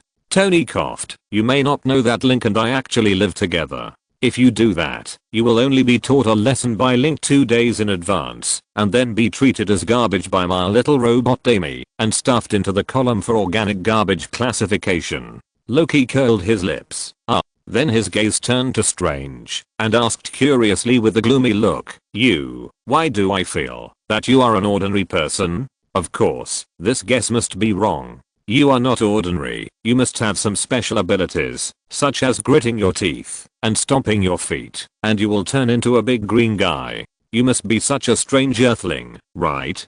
Thor disliked Loki for talking too much. He knew his brother's weird temper very well. The more people there are, the more he likes to wander around. So he shouted in a low voice, "Shut up. This earthling is called Strange. He is a doctor, a hydrocephalus surgeon, and is good at urology. Strange, neurosurgery. Loki knows more about Earth than his brother, whose IQ is only 2. He sneered. Then my dear brother, you'd better stay away from doctors like this. After all, you only have one thick nerve."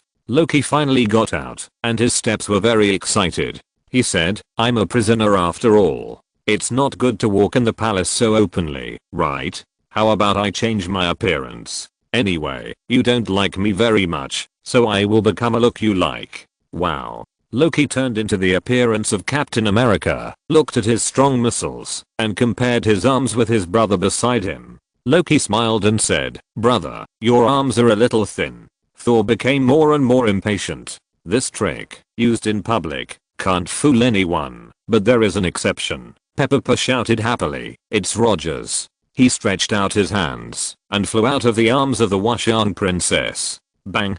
Pepper's chubby body covered Rocky's face, and Pepper shouted, "Oh, Rogers, let's play. Who are you? Go away. Go away. Go away. I can't breathe." Yaya glanced at Rocky and Pepper with disgust and yawned. Chapter 189, Asgard's tragic drama. Third update. Tony told Loki about the plan. Loki smiled wickedly. "It seems that you guys really appreciate my acting skills." Tony, "Of course. Come on, show me how you cried just now." Loki rolled his eyes. "If I helped you, shouldn't you help me in some way?" Tony spread his hands. "Of course, I'm a businessman, and I value credit." Loki said, "Then can you let me go?" Before he finished speaking, Tony interrupted him. "After the matter is done, we will put you back in prison. As a reward, I will provide you with a set of super cool esports equipment to make your life in prison more comfortable. How dare you play tricks on me?" Loki was furious. "Do you think I don't know your bad intentions? Asgard doesn't even have Wi-Fi. What's the use of a set of esports equipment?" Thor roared in a low voice, "There is no room for you to negotiate conditions here. You have exhausted my patience. If you dare to mess around, Link doesn't need to do anything. I will kill you first." Loki also pushed forward and glared at Thor. "Really? Let me risk my life to save your human girlfriend, right? The name of a hero is yours, and the disaster is mine. It's a reasonable distribution. You are worthy of being a pair of brothers who grew up with equal treatment." Princess Washang said coldly, "You are a little noisy." Loki immediately lost his temper. He didn't dare to move Link, let alone the two Zeldas.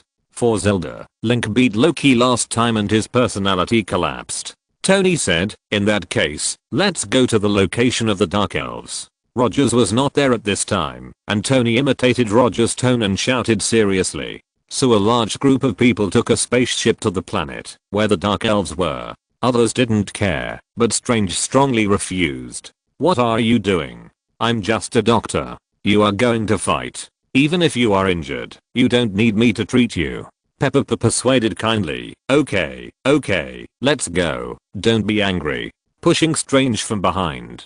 Pepper is actually very strong and can carry Link to glide. Strange looked at his watch and looked at Link pleadingly. "Please, I should get off work. I'm not from the same world as you. Let me go back." Link thought to himself, "You will be there soon." Thor said, "Sorry, the Rainbow Bridge has been destroyed now. You can't go back to Midgard for the time being." Strange folded his arms. "Am I abducted by aliens?" Link had a headache and didn't know how to explain. On the planet where the Dark Elves are, there is a direct train to London, the United Kingdom of Earth. In fact, Tony, Zelda and others also planned to leave Strange in Asgard, which is very safe. Odin will protect the life of this fragile visitor from Earth. But Link insisted on taking Strange away. Tony and Zelda were already familiar with Link's unreasonable stubbornness. Tony was such a smart man, and he felt that Link knew something. There were too many smart people in the Marvel world, and too many lies would only cause too much suspicion. Link's explanation was the most correct way, so everyone took Strange away semi-forcedly. As the future Doctor Strange, Strange has the potential to be a superhero. After Link promised, "I will take you back to London safely," Strange calmed down. He took a deep breath and said, "Okay, let's just treat this as a paid trip. I'm afraid I'll never be able to see this kind of world again in this life. I'm happy to accompany you." Tony praised, "Not bad. This courage is worthy of praise." Thor was a little confused, and Loki whispered to Thor, "They don't really regard this action as a trip, do they?" Starting the spaceship, Loki led everyone through the wall and came to another world, which was full of darkness and ruins. It was the kingdom of the Dark Elves, Wartheme. Strange quietly greeted Zelda, who was facing the kind face. "Why are you not afraid at all? This is another planet." Zelda smiled. "To us, Earthlings are also aliens." Strange was stunned. Malekith and others who were entrenched in Wartheme had already noticed the approach of the other particles and quickly gathered together. Link and others were hiding in several hidden places. Link held a bow and arrow. Zelda also started the bird, and Tony was clumsily installing his battlesuit. Strange looked around and asked Tony, "Well, can you at least give me a weapon?" "Ah. I said something was stuck in here." Tony took out a small sword from his armor. It was not sharp. It was made by Zelda for Pepper in the image of the Master Sword. Tony gave the small sword to Strange. "Okay, this weapon is for you." Strange pinched the small sword with 2 fingers, looking uncomfortable. Pepper flew over eagerly and poked Strange's shoulder with his little hand, looking pitiful. "Okay, I know you want it." Strange handed the small Master Sword to Pepper tactfully. Link was busy comforting Yaya at the moment and whispered, "I'm going to fight later. You can't keep pestering me." Yaya shook his head in dissatisfaction, rubbed his head against Link's neck affectionately, and acted like a spoiled child. But Link didn't intend to spoil Yaya this time.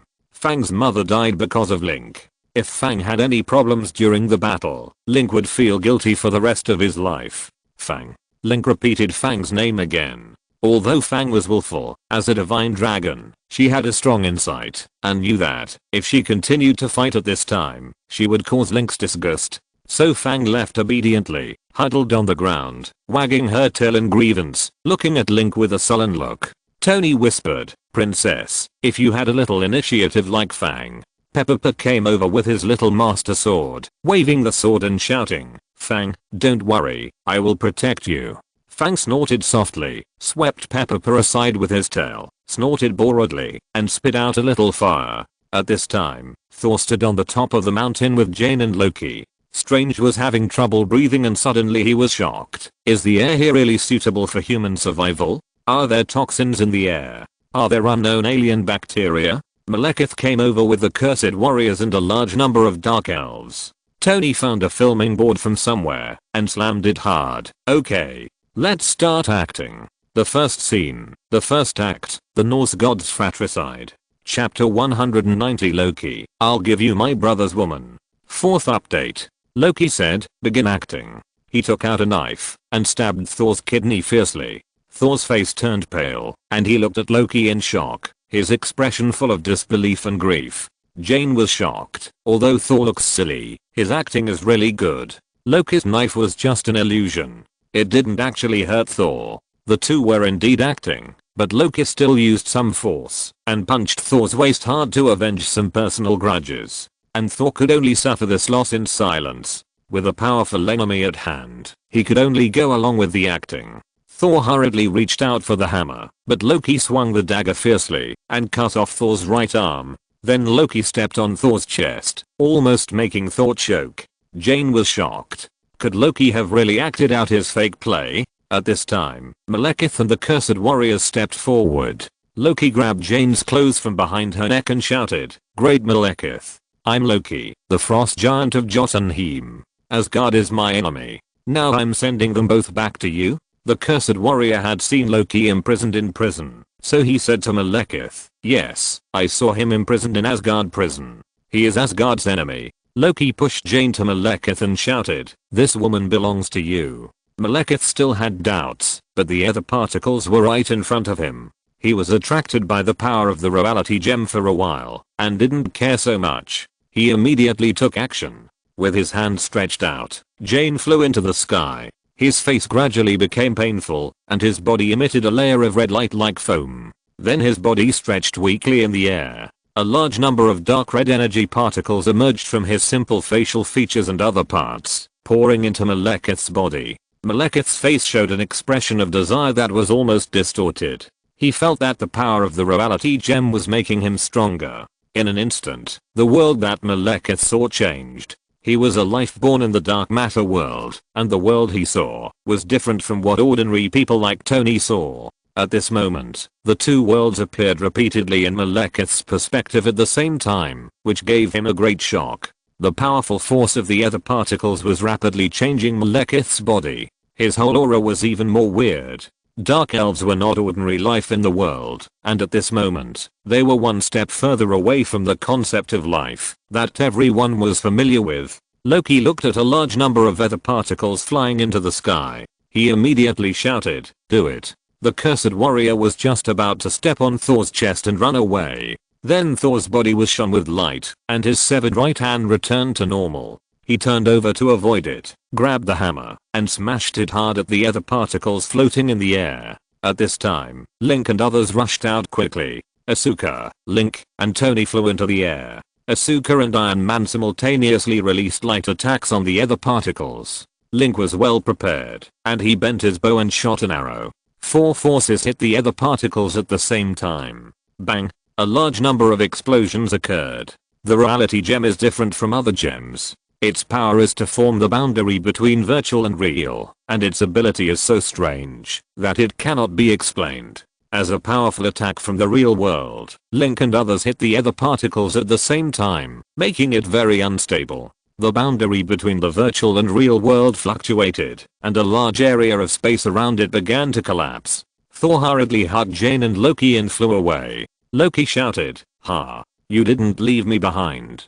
But even so, it still failed. The other particles were devoured by Malekith, and Malekith's body turned black, and his breath suddenly became more strange. If there really are such things as ghosts in this world, then Malekith has become almost like a ghost. Link wanted to rush over with Princess Washang, but because of the explosion just now, there were large chaotic space fragments between the two camps.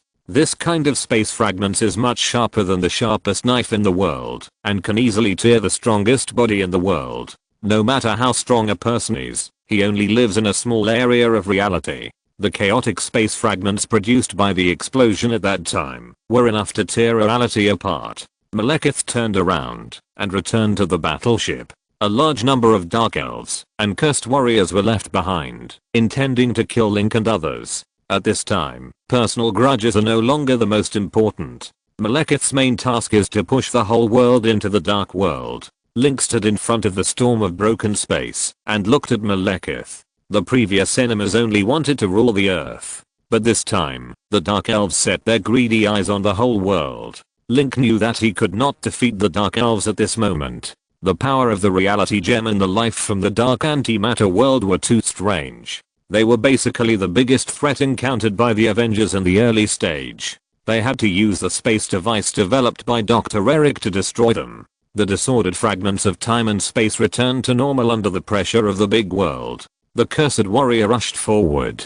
Although the cursed warrior was already in a half-dead state and his humanity was basically annihilated, he still remembered the grudge. Link kicked him in the Asgard, and he still remembered it. Behind him, there were also a large number of dark elves rushing over quickly. Tony flew high in the air and shouted, "This ancient way of fighting should have been eliminated long ago." He directly activated all the attack devices in Iron Man, and his body exploded like a piece of fireworks. A large number of light beams and small missiles rushed over, blowing the ground into a mess. Without saying a word, Link went to meet the cursed warrior. As the main general, Link also picked the most powerful one of the enemy. In the original time and space, the cursed warrior would end up in the hands of his own space annihilation detonator instead of being killed by Thor head-on. So Link has never been very clear about the strength of the cursed warrior. One arm stretched out, stabbed with a sword, and the body stretched very comfortably. The sword light spurted out and stabbed at the cursed warrior.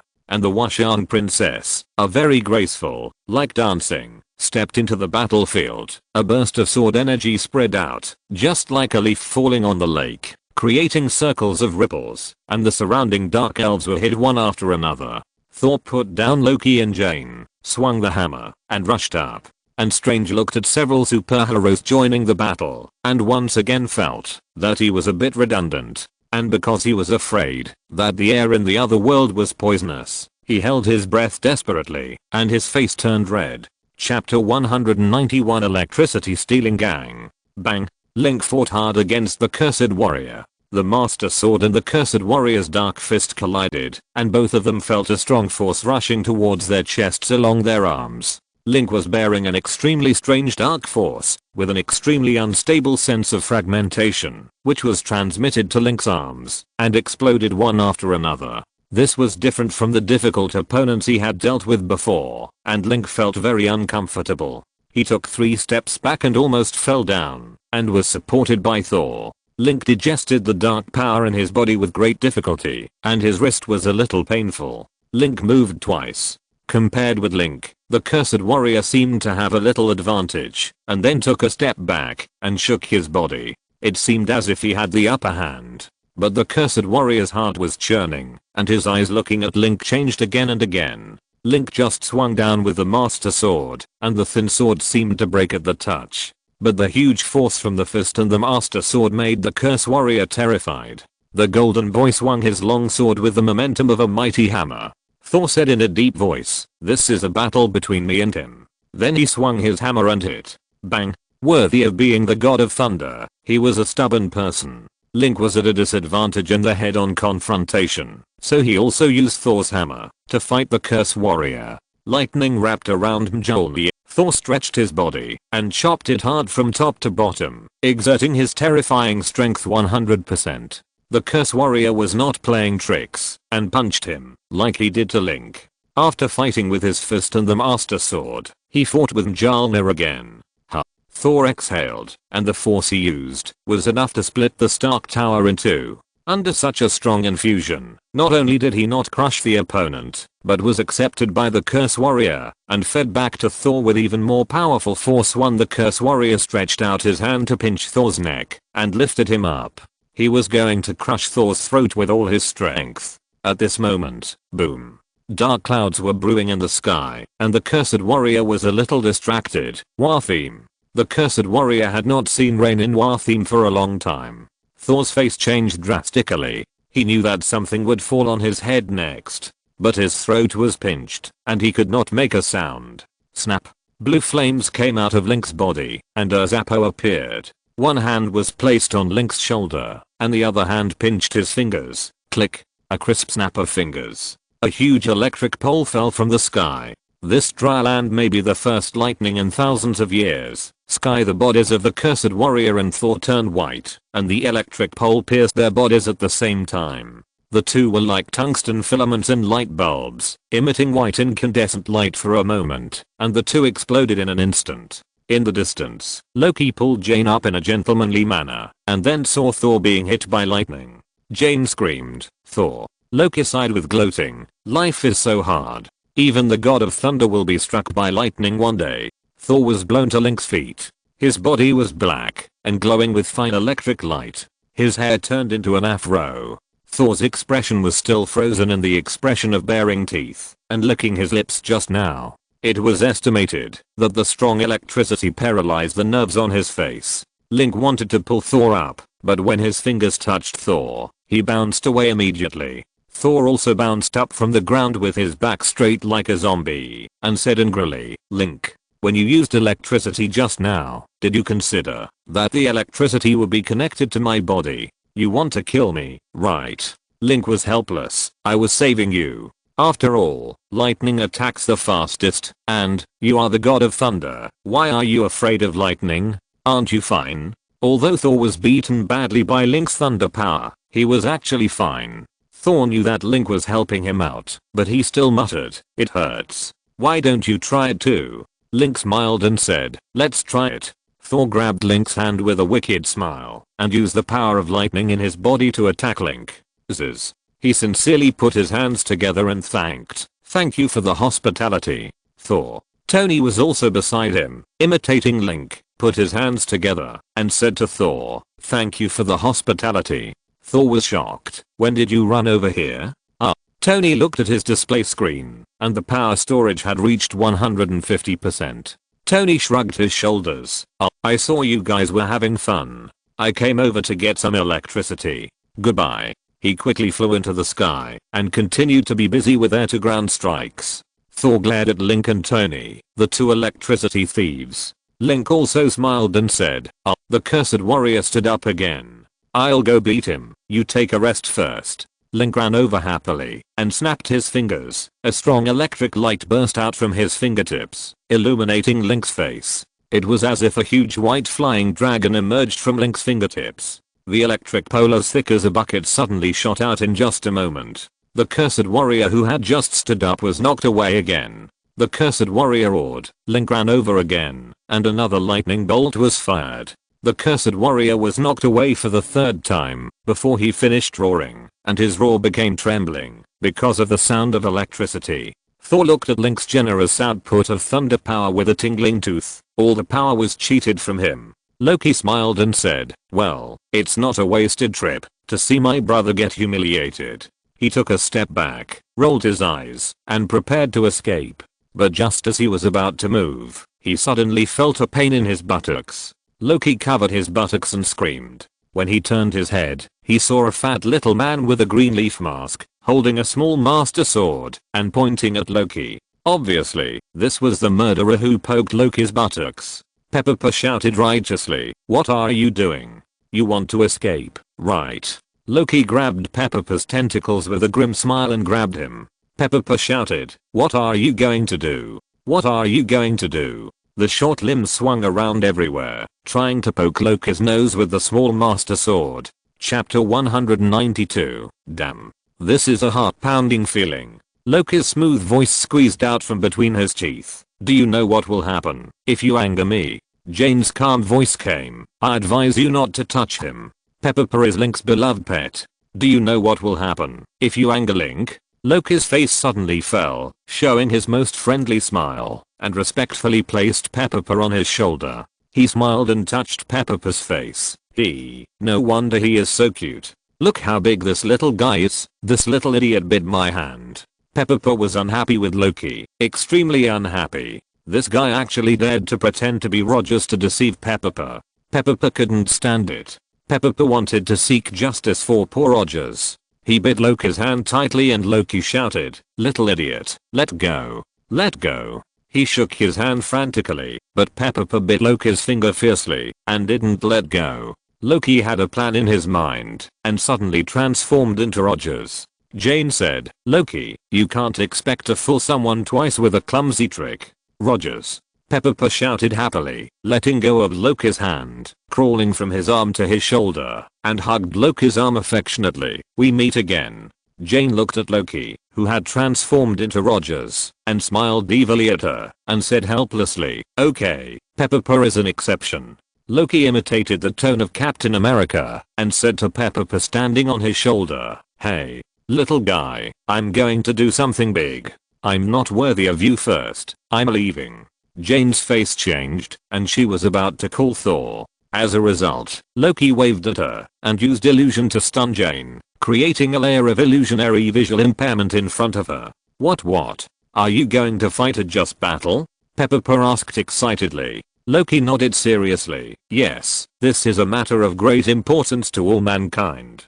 Pepper immediately flew off Loki's shoulder and shouted, "Okay, go ahead. Do your best." Loki smiled contemptuously. "Little idiot." He was about to leave quietly, while Link and the others were not paying attention. But just as he turned around, his butt suddenly hurt again. He turned his head fiercely, and found that it was Pepper who was poking his butt again. "What are you doing?" Loki said fiercely. Peppa had never seen Rogers get angry with him before, and he was a little scared for a moment, so he said a little aggrievedly, well, if you want to fight, I will give you my favorite weapon. Loki was stunned. It can be seen that Peppa likes this small master sword very much. He showed reluctance on his face, and then resolutely put it in Loki's palm. You must be careful. Peppa is waiting for you to come back and play together. The small master sword in her hand was not as wide as Loki's two palms put together. Because she was worried that Peppa would hurt herself, Zelda did not sharpen the sword. Although this small master sword was made of top grade metal materials, it was a toy in terms of size and sharpness. Even so, it was one of Peppa's precious property. Loki looked at the small sword quietly, with a different feeling in his heart. Looking at Peppa's sincere little face, he didn't know what to say.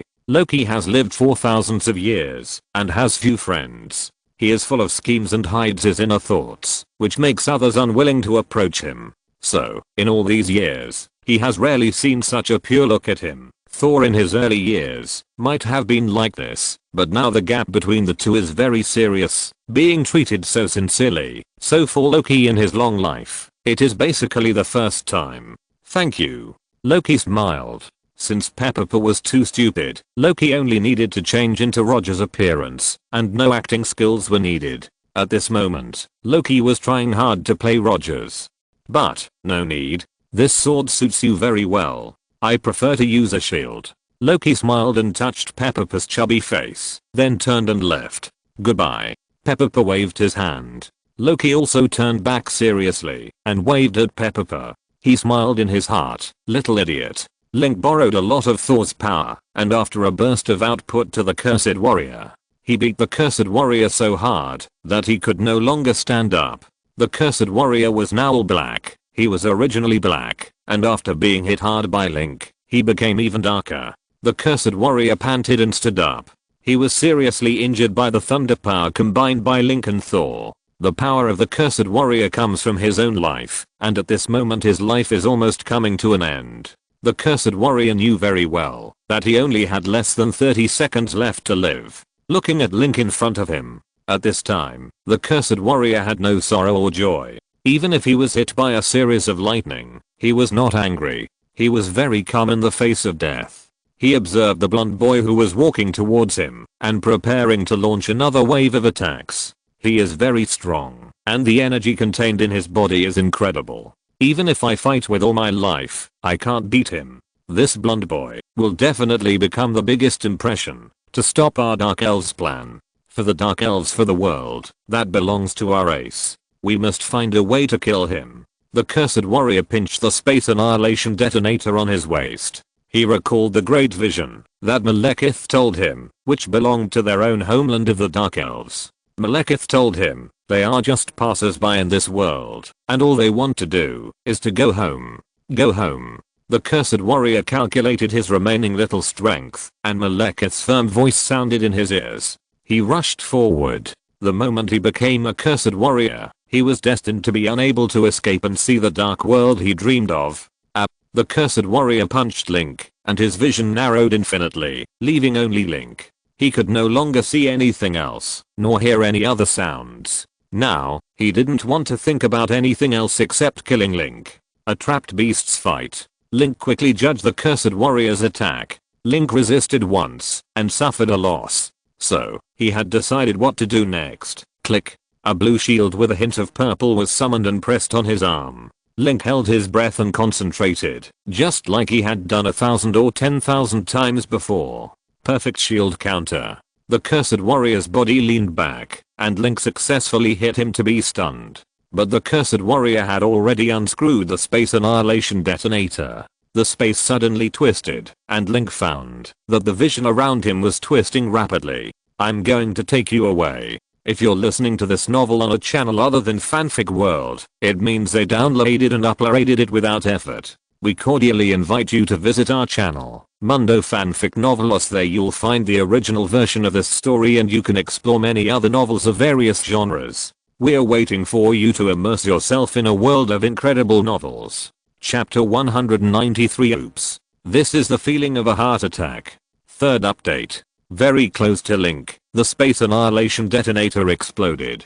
Space and time began to distort. Thor had experienced the feeling of being exploded by the space annihilation detonator at close range. Even though his body was not swallowed by the space hole, the surrounding space was like necrotic skin, no longer belonging to the rest of the healthy body. Even though he knew the danger and wanted to escape, he still acted like he was terrified. His body was sluggish, as if he had been electrocuted, and he stared blankly at himself being swallowed by the space hole. It was not that he didn't want to move, but that Link couldn't move. Link! Thor shouted, and just as he had recovered a little energy, he infused lightning into Mjolnir and struck it suddenly. He rushed directly towards Link. Thor was not out of revenge, but from the same idea as Link. Since Link was now restricted by the dead space around him, and could not escape, Thor helped Link, and used lightning to knock Link out of the dead space. These were all reactions made in an instant, and lightning struck Link. But the space around Link has become strange. The lightning hit a wrinkle in the space and disappeared.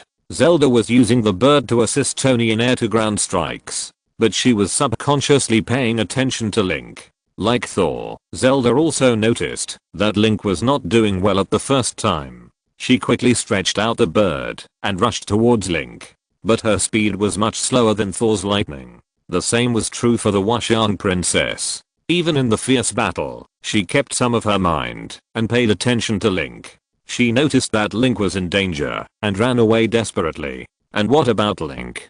Because the space annihilation detonator exploded, the surrounding space changed, and it was difficult for him to move. At the first time, Link wanted to use time stop on himself. But he had been affected by the bursting space-time vortex, and could not use the time stop skill. Link desperately moved in this dead space. Even time, in this distorted space, has undergone strange changes, seeming very long, and seeming very short. Seeing the first crack of the space-time vortex was about to cut through Link's head. At the last moment, Link still maintained his height, and dodged with all his strength. Shock. Link felt as if his body was torn apart. The space around him suddenly became dark. Time completely stopped, and all kinds of natural sounds were heard in his ears, and the weird roar of the wind was pulled dozens of times. Link could see a large piece of the body of the cursed warrior torn off by the space vortex. He could also see Thor looking at him hopelessly, and next to him was the Washan princess who rushed over desperately. Rather than coming to save Link, it was more like dying for Link. Link immediately knew what happened to him. He entered bullet time. Just when the space crack was about to tear his head apart, he dodged with all his strength, triggering his innate magical skill, bullet time. Now time has slowed down dozens of times, leaving Link with more time, but under the influence of this dead space, Link still has difficulty moving. But thanks to this buffer time, Link already had a plan. Link immediately summoned 2 bombs, and detonated them directly on his chest. With Link's current physique, he didn't need to dodge these 2 bombs that were only powerful but not powerful. The shockwave of the bombs couldn't even break Link's front teeth. Detonated directly on the chest. A huge force came, and the powerful repulsion ability pushed Link out, and Link happened to bump into the arms of Washan Shiji who was running over. The bullet time was just lifted. The cursed warrior's eyes flashed, and Link had already rushed out of the explosion range of the space obscene device. He didn't know what happened, but just looked at Link silently. In the last moment of his life, he was thinking, I'm afraid the dark world will never come. Then he was sucked into the space vortex and disappeared.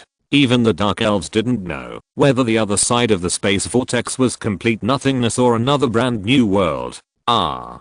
Princess Washan screamed, and Link ran into her arms. The two fell to the ground, and rolled for several rounds. Zelda breathed a sigh of relief, and touched Yair's head. Great, Link is fine. Yair looked left and right, staring at Zelda in a daze. She hadn't reacted yet. What had just happened? After all, the crisis happened too quickly, and Yair was born not long ago, and being able to understand Link and the others was already a genius.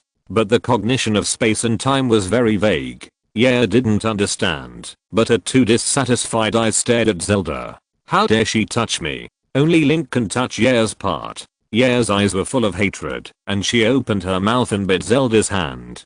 Zelda screamed, and saw Yair biting her fingers like a vicious dog. Even the most ferocious jackal on earth was not as ferocious as Yair. although it looked scary, but Zelda smiled slightly because Yaya pretended to be very fierce, but it was useless. Zelda could only feel that Yaya's milk teeth gently rubbed Zelda's fingers, which was wet and a bit fun. Fang couldn't help but wonder, isn't he fierce enough? As a descendant of Oral Dragon, Fang has no desire to attack by nature. After finding out that he has no deterrent ability, he will not really bite Zelda, but will only practice acting fiercely, so Fang's acting skills are getting more and more ferocious. Although he looks like a little evil dragon, in fact, he is just a kind little dragon who is afraid of loneliness and no one loves him. Zelda watched Link escape, patted her chest and said, "I'm so scared that I don't know how to breathe." Suddenly, she heard the sound of something falling to the ground next to her. Strange fell to the ground with a livid face, and Zelda was shocked. "Sir, are you scared too?" She wanted to help Strange up, but Strange immediately sat up quickly, then gasped and shouted while breathing hard, "Who cares? Even if the air here is poisonous, it doesn't matter. It's better than suffocating to death." It turns out that holding your breath to the limit will produce a feeling similar to a heart attack. Zelda was stunned. "Mr. Strange, you haven't been holding your breath until now." Strange gasped and said, "That's right." Zelda, Link and the Washang Princess finally stopped rolling. Link lay on the chest of the Washang Princess, and the murmur of the goddess Hylia sounded in his ears. Complete the trial of the brave. Get rewards. Get an ancient arrow. Link was stunned. Ancient sword? At this time, a group of dark elves surrounded them. The Washang Princess was looked at by so many people, feeling a little ashamed and angry, and raised her sword and swept. "Go away." Chapter 194 The Temptation of Going Home. 4th update. "You get up from me. There are so many people watching." Princess Washang's eyes dodged. Link was still thinking about the ancient arrow, and he was lost in thought on Princess Washang's body. Just now, a bunch of onlookers rushed over, but they were all killed by Princess Washang's sword in shame and anger. They came to watch the good show of this group battle Master Princess Washang, and they would only create a good opportunity for Princess Washang to kill in a row. Oh. Link turned over and sat up. At this moment, Tony was doing the final cleanup on the battlefield. The battle is basically over now. Zelda ran over, and Strange also sniffed around and muttered, "It's strange. It's obviously another planet, but the gravity and air composition. Well, at least there is no smell. It seems to be similar to the Earth, and the same is true for Asgard." Thor ran to find Jane. Because Link and Tony stole electricity, Thor was almost paddling in this battle, which made him a little unhappy. But then he saw Jane standing not far away in a daze, while Pepper was at Jane's feet, using the Master Sword, imitating Link's posture, and poking the stone in front of him fiercely. Thor stepped forward, and woke Jean up at once. "Jane, what's wrong with you?" Jean woke up suddenly and said quickly, "Loki just ran away secretly." Thor, "Oh." Jane was even more surprised. "Aren't you surprised?" Thor was unhappy. "I knew that he would run away as soon as he came out." Thor and Jane told Link and Princess Washang about the matter. Tony also landed. His face was a little ugly. "Did you let Loki go?" "Damn, I really should have sent someone to keep an eye on Loki." Link didn't care. Let him run away. He shouldn't have the courage to do bad things again. Thor said in a deep voice, "That's not necessarily true. This guy even stole our spaceship." Pepper was still blaming himself. "I'll let Loki go." He still didn't understand it, and thought Loki and Rogers were the same person. Seeing the attitude of Link, Tony, and Thor towards Rogers, it is likely that Rogers has done something bad. Pepper is feeling sad about his friend's fall. Link smiled and said, "It's okay. As for us, it's time to go back to Earth." "Ah." Strange waved his hand happily, and then found that everyone was looking at him strangely. Strange coughed and returned to his original steady and arrogant personality. Tony was puzzled. "Back to Earth? How?" Link looked around and said, I don't know, just follow me." Link pulled up the little hands of Princess Washang and Zelda, gnashing his teeth in anger, and hit Link's chest with his little head. Tony hurried over and said, "Link, you definitely know a lot of secrets, right? Can you foresee the future?" This sentence also attracted Thor and Strange. Link smiled mysteriously, "Of course." Thor asked hurriedly, will I become the greatest king of Asgard? Link said, yes. Thor was overjoyed, coughed, and acted a little reserved, and asked lightly, then can you know how handsome I will be when I grow up? Tony was puzzled. Grow up? You are underage. Jane stopped in surprise and looked at Thor in surprise. Thor smiled shyly. I'm only more than 1,000 years old, which is only equivalent to 14 or 15 human beings. In fact, I'm about the same age as Link, and I'm just a child. Link, Tony, Zelda, Princess Washan. Strange.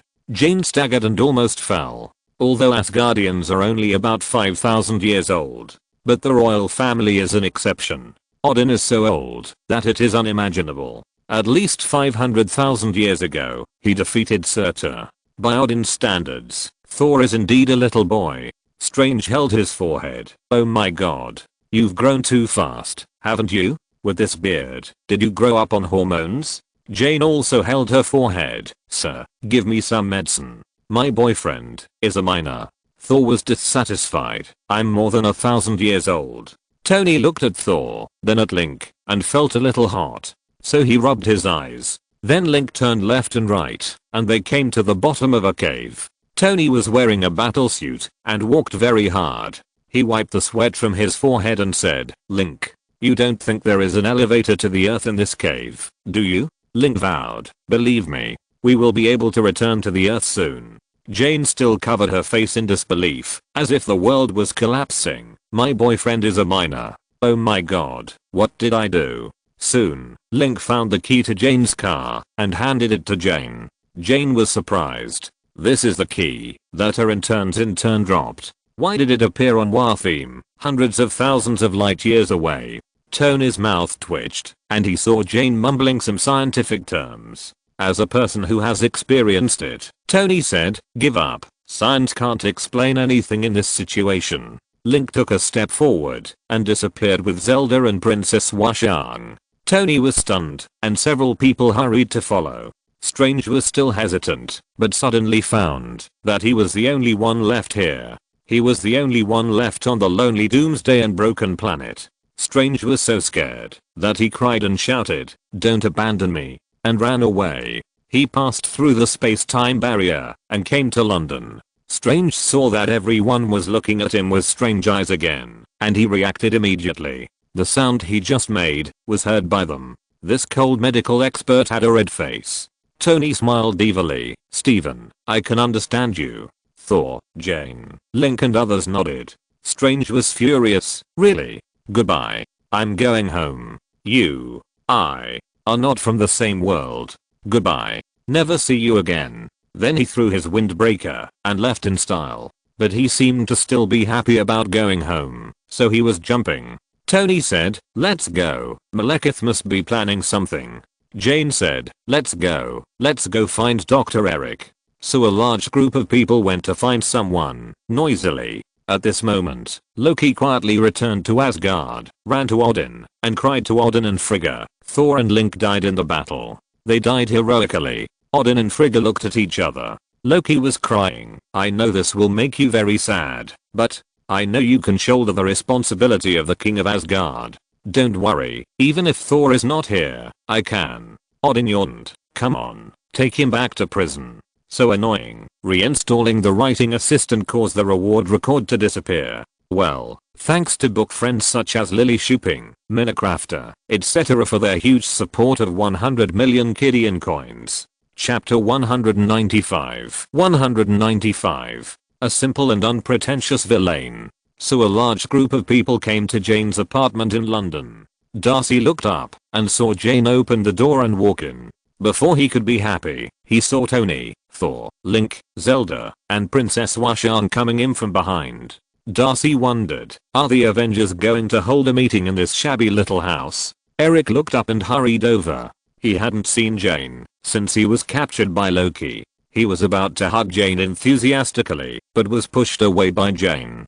Jane frowned and looked at Dr. Eric's lower body and said, why aren't you wearing pants? Darcy's intern said, he said that being naked can help thinking. At this moment, Thor carefully hung Mjolnir on the hanger and said to Link, I really envy you. You can hide weapons in your body.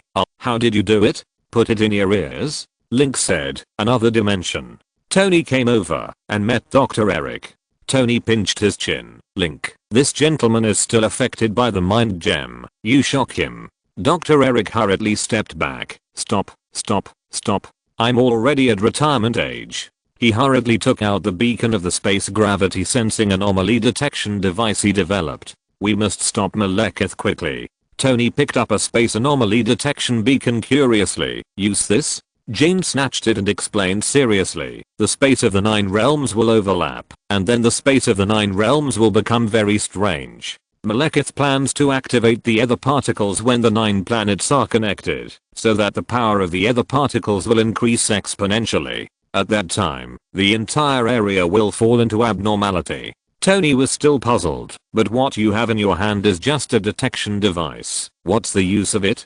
Jane said, add a stable observer to the disordered and chaotic space, and the gravity field will be affected by our artificial influence. Tony snapped his fingers. Oh, that's it. This may be the most precious experiment of this century, of course. It is inferior to the Link element on my chest. Darcy frowned. Huh. You named your reactor Link. Then suddenly smiled ambiguously. Does this mean that you take Link to heart?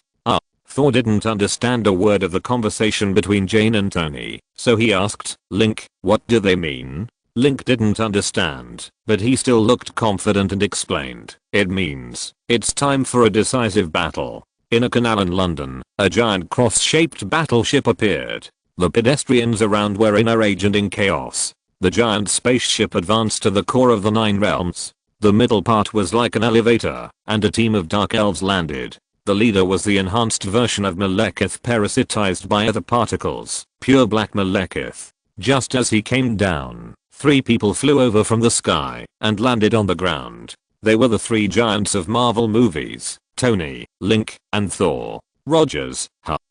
Tony took off his mask, stepped forward and said, to be honest, I've seen many vicious enemies, some trying to subvert countries, some trying to rule the earth, and some wanting to destroy the earth. But you, so far, are the only one who wants to destroy the world. It's rare to find a villain as simple and unpretentious as you, and I admire you. Malekith said in a hoarse voice, this world will eventually fall into darkness. Good. Tony clapped his hands suddenly, interrupting Malekith's words, and said happily to Link and Thor, did you see it? Where can you find such a classic enemy? In today's movies, even the villains have to be more humanized and made into tragic characters, and then derived into thinking about the world, human nature, and this society boring. Those boring screenwriters should really take a look at Malekith. Then Tony looked at Malekith with admiration and said with a smile, look, how simple he is. What a pure person, not for fame, not for profit, not for his own glory and wealth, but born to destroy the world. Loki should learn from Malekith how to be a correct villain. Thor clenched his hammer. Okay. Your ridicule is very effective. Malekith's face is already very black. Tony, how do you see? His face has always been very black. Blacker than oil. Tony was going to say, blacker than Nick and Rhoda combined. But as an American, Tony is very sensitive to suspected racial discrimination, so he swallowed it deeply. Malekith was so angry that he stopped talking. He stretched out his hand and a large number of black and red particles, like several gun heads, stabbed at the 3 people. Thor smashed it with a hammer, and Tony flew high into the sky to dodge. He had just had surgery on his chest, and didn't dare to block it. And Link took a step forward, summoned the Hylia shield, and swung it out. Tap. The other particles rushing towards Link hit the Hylian shield hard. Link once again performed a perfect shield counter, completely accepting the power of the reality gem that was rushing towards him, and bounced it back, piercing Malekith directly. Thor shouted and smashed Malekith with a hammer. Malekith, who had just absorbed the other particles fed back to himself, was caught off guard, and was hit in the abdomen by Thor Mjolnir's hammer. His body flew backwards, and broke through 2 stone pillars before stopping. The Dark Elf Legion hurriedly shot dense rays of light. Link rushed to Thor, and blocked it with his shield. He didn't need a shield counter. The defensive strength of the Hylian shield was enough to deal with these ordinary attacks. Swish, swish, swish. A large amount of light shot from overhead. Iron Man flew in the air and shouted, "Are you going to compete in firepower? Do you know who is the largest arms dealer on Earth?" Iron Man shouted, "Link, Thor, you go beat Malekith. I'll take care of these minions." Many dark elves looked at Iron Man and raised their laser spears one after another. Swish, swish, swish. Dense lasers rushed towards Iron Man. Tony's face was a little stiff, and he forced a smile and said, "You are really too enthusiastic." Link summoned the dragon scale sword, spun and rushed into the dark elves, and then swept violently. Just like a tornado, after sweeping up the oil, it was ignited by lightning and turned into a raging flame, slashing away majestically. And Thor, shouting, raised his hammer and rushed towards Malekith. As soon as he pounced on Malekith, the space suddenly became chaotic, and they traveled to another area together. At this moment, Strange was taking a bubble bath in the bathroom of his mansion. Haha, a stable life of an ordinary person, Strange said to himself happily. However, he suddenly felt a dark above his head. Chapter 196 Doctor, Cruel Life Strikes Me Again. Strange saw two strong men, who appeared from the ceiling with a bang, fell down, and smashed into his luxurious bathtub, splashing water everywhere, and the three of them were covered with white foam. "Ah, what is this?" Malekith shouted. His eyes were covered with a dense, wet and weird thing, and he saw a bunch of dense, small, bizarrely refracting colorful light debris foam, one by one, bursting wildly in his eyes, like evil maggots breaking out of insect eggs. Oh my god. What is this? Is this the terrifying evil god psychedelic Rasputin in the 5-dimensional world that makes people confused, crazy, and even collapse their souls and bodies? Exclamation mark. Thor sat in the water of the bathtub and said calmly, "This is just a little thing for earthlings. Make a fuss." Oh. Malekith was a little embarrassed. "Oh you ghost." Thor ordered and hit Malekith on the head with a hammer. Malekith broke through the wall and flew out. Thor saw Strange, who was naked and pitiful, curled up in the bathtub, and smiled and stretched out his hand. "Hey, we meet again." Strange didn't know what to do for a moment, but out of British politeness, he shook hands with Thor. In the bathtub, he was still naked, shaking hands in this state, not to mention how weird it was. Thor said, "Sorry, I destroyed your house." Strange, looking at the foam under him, shrinking rapidly, with a stiff face. "It's okay, I'm thinking of setting up a floor-to-ceiling window in the bathroom, to increase the sense of transparency. You can leave now? I can't bring you a cup of hot tea now." Thor laughed and said, "We Asgardians never drink tea, only wine." Strange spread his hands helplessly. "There is no tea here, and there is no wine here. There is only a basin of bath water. You can leave now." Bang. Malekith rushed in from the damaged wall viciously and punched Thor hard. Thor bumped into Strange, and the space behind them was disordered, and they disappeared at the same time. Pa. Thor and Strange fell to the ground. Thor looked around and found that they had crossed into a library. Many students looked at Thor in shock, and several girls were still screaming. Thor pulled Strange up and shouted, "It's dangerous here, leave quickly." A girl with a very Latin look said politely, "Before we flee, I would like to ask if the gentleman next to you needs a blanket." Thor looked at Strange and saw that Strange crossed his legs. His body was covered with slippery soapy water, and he was wearing a shower cap on his head. He looked sad and angry, his lips trembling, and he couldn't speak. He covered his face and cried bitterly and ran away. Thor shouted, "Wait a minute, Pa."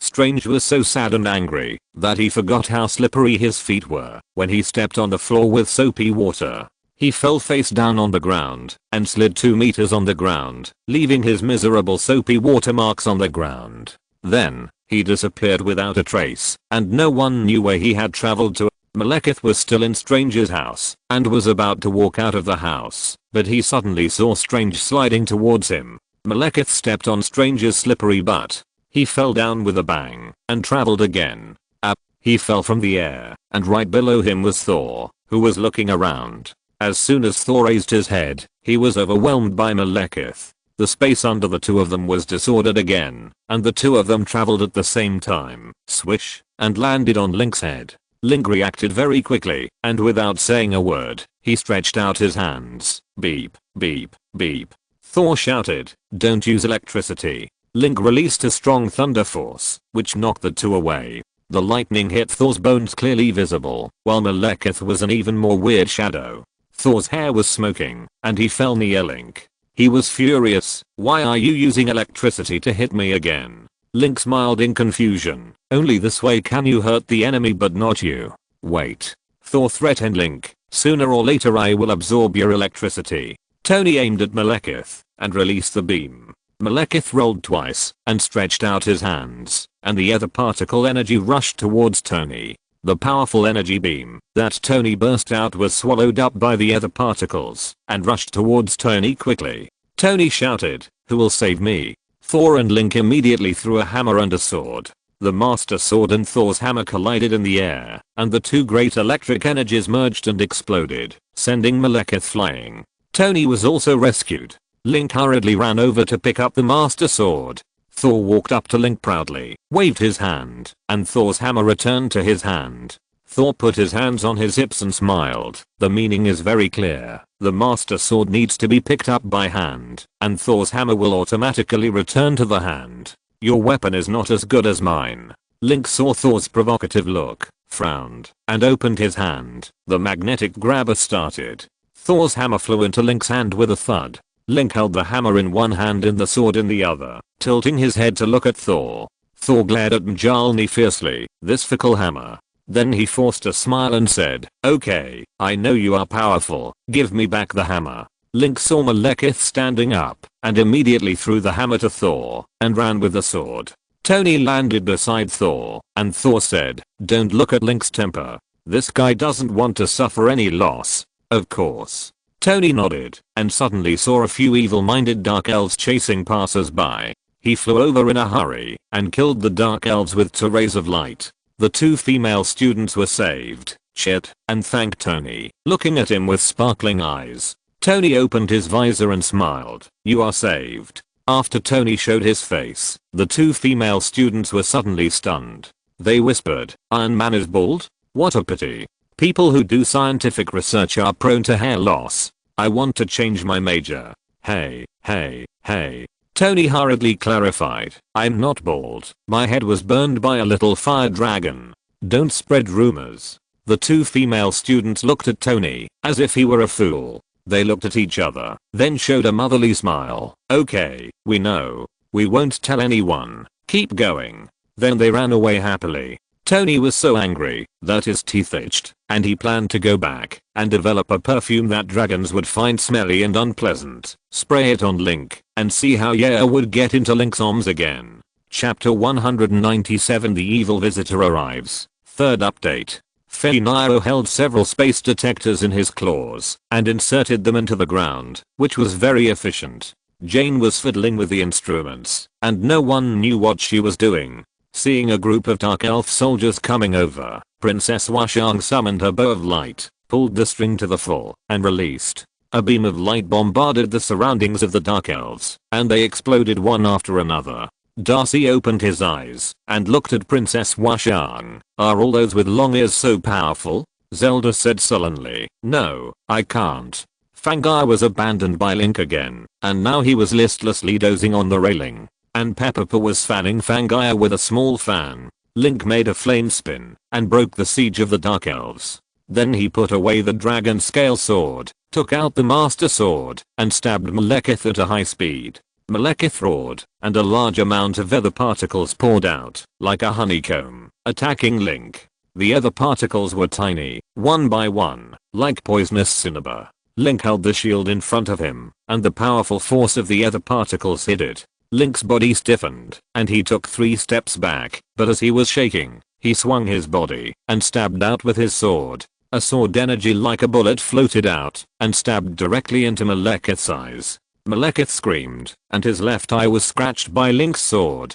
The other particles on his body were swiping everywhere, like a crazy giant octopus. Thor shouted, "Let's use electricity to destroy him together."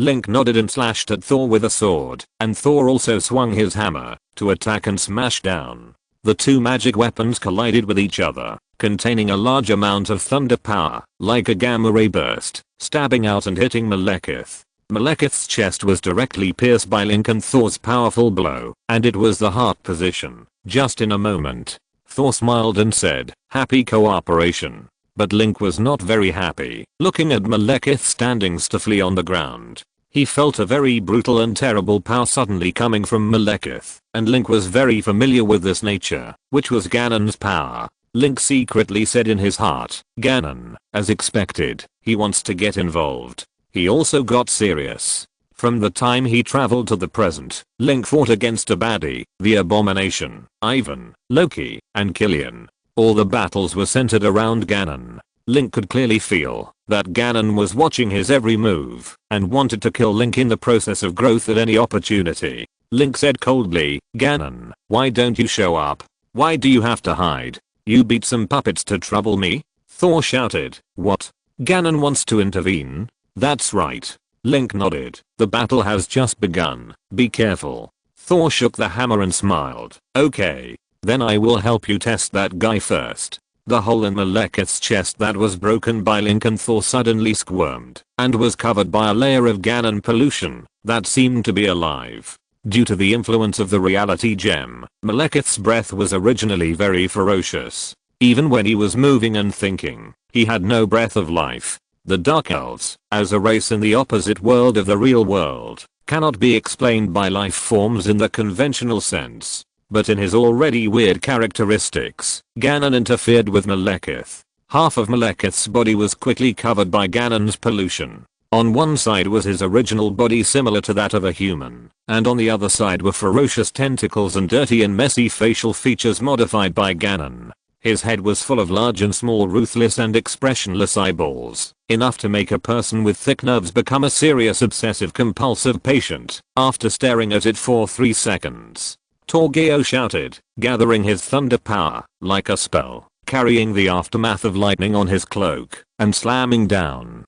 From Malekith's perspective, it was like a large number of cavalry rushing from northern Europe, rushing in majestically, enough to shatter any copper wall like autumn wind sweeping fallen leaves. In Malekith's body, the other particles were acting with the curse power of Ganon. One side was weird, the other side was evil, like grey and black blending together, blending into a darker color. Malekith's body suddenly glowed with black light, and Thor was surrounded in an instant. Thor's thunder power, when it touched the black light, seemed to have entered another world and disappeared. Thor was still in a daze, and suddenly heard various human screams of fear in his ears. Even though he was as determined as the god of thunder, he was in a trance at this moment. Snap! A strange black lightning like a ghost struck down. Thor screamed and was hit hard. His body began to turn into a dark grey, as if it was infected by a virus. Thor screamed in pain. It was difficult for him to describe the pain. It was as if his body was divided into 2 camps of light and darkness, biting and tearing each other. Then the second black lightning struck down. Just when Thor was at a loss, Link raised his sword, and the exorcist sword stabbed out, and a pure white light like jade shot out. Link twisted his wrist, and the pure white sword light pierced into the black curtain, and Thor, who was wrapped in it, showed his original form for a while. Link's sword, as if it had its own consciousness, turned around and automatically attacked the black lightning. White and black, light and darkness. They collided with each other. 2 completely different forces devoured and attacked each other. In the end, both were injured and annihilated at the same time.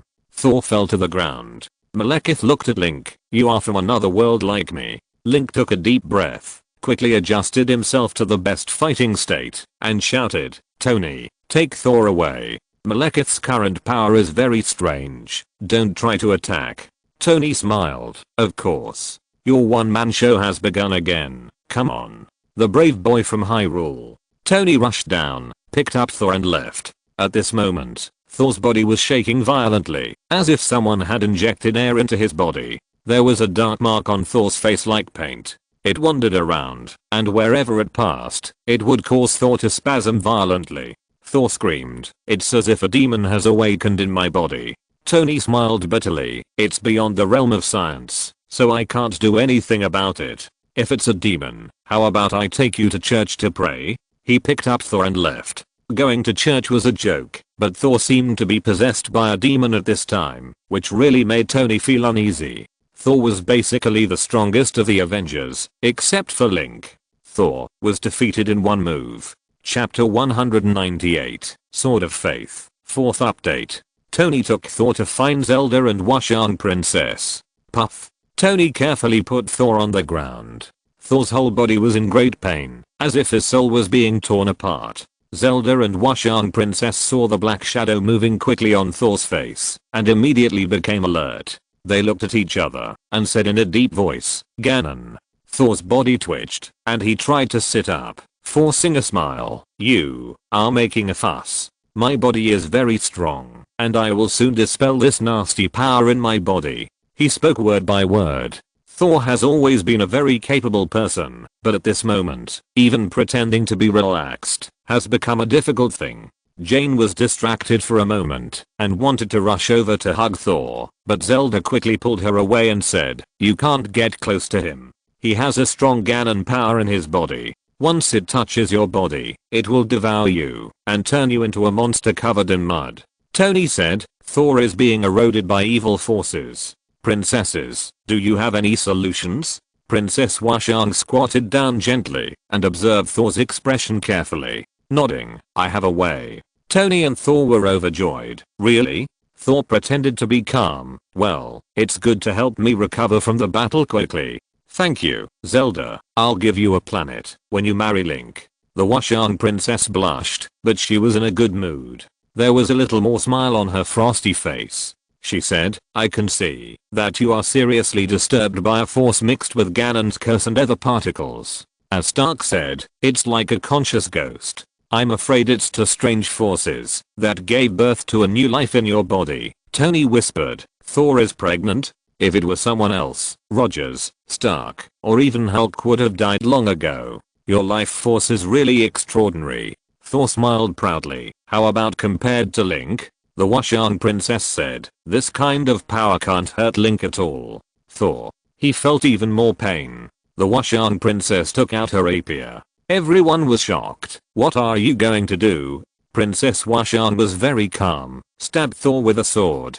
Tony waved his hands hurriedly. Big princess. Maybe you haven't learned English well. I'm asking you to save Thor, not to ask you to set Thor free. Jane looked at Zelda in horror. Is this how you treat patients in your world? Zelda and Princess Washang had the same idea and immediately knew what Princess Washang meant. She explained, the power in our bodies is exactly the opposite of Curse Ganon. It's like light and darkness cannot coexist. Tony and Jean nodded. I understand. Just like acid and alkali will neutralize each other. Thor rolled on the ground. I don't understand. Zelda continued to explain. Zelda must inject her own power into Thor's body. Just like you said, two completely different powers are neutralized. Zelda must stab Thor with a sword to kill the strange ghost-like power in Thor's body. Thor continued to roll. After all, you still have to stab me. Tony secretly complained. The people of Hyrule are so scary. Princess Washang said calmly. Thor, please believe me. Thor rolled over and over. You are ready to stab me with a sword. Why bother explaining so much? Come on. At most, I will be a hero again in 18 years. Everyone. Thor rolled over and over. You are wrong. At most, I will be a hero again in 1500 years. So everyone stepped aside, and Princess Washang stared at herself in the royal sword and prayed softly. Goddess Hylia, please bless me. The power of light cannot let innocent people be hurt. Princess Washang cut her finger, and blood gradually stained the blade, and cut from the tip of the sword. A faint light began to emit from the rapier. Everyone around heard a holy chant. Except Tony. Everyone was shocked by this ethereal voice. Tony muttered in shock. Oh my god. Zelda is actually the legendary person with her own BGM. Yaya was attracted by the light and sound, and flew over in a daze, and Peppa also hurriedly followed. Yaya babbled, and in an instant, she saw a magnificent snow-capped mountain and a deep canyon, which made her a little dazed. Some very old memories awakened in her mind. Zelda prayed, Goddess Hylia, please bless Link to defeat evil, and bless all the kind people in the world. Jane and RC also prayed in the same way. For the first time, the two scientists believed that there was a god. Thor didn't count. In Jane's concept, Thor was an alien, the kind of underage, and now, even if it was just a faint voice, the two staunch atheists had a cognition about God. Thor's eyes were also full of shock. At the moment the chanting sound appeared, the evil power in his body suddenly eased a lot. Darcy suddenly opened his eyes. You say, do we need to say amen? At this moment, Princess Washang held the sword in both hands and suddenly stabbed down, and the blade pierced Thor's chest. The chanting suddenly stopped, and everyone recovered from the shock. Tony shouted, Princess, you are too honest. Why pierce the heart? You can pierce the kidney. But at this moment, Princess Washang's eyes were closed.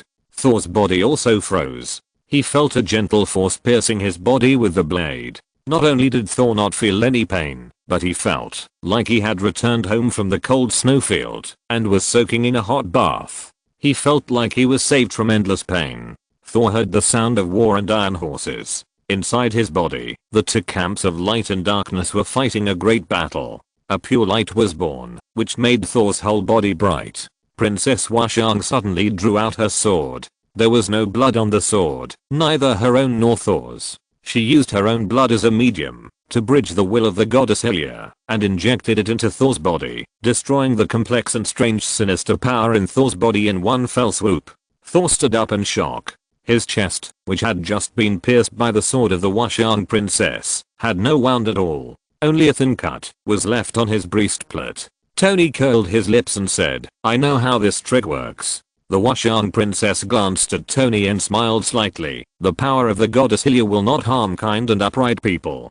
Thor murmured, I plan to believe in the goddess Hylia. Everyone, huh. Chapter 199 I cut myself. Let's not talk about Thor, as a thunder god, also starting to believe in God.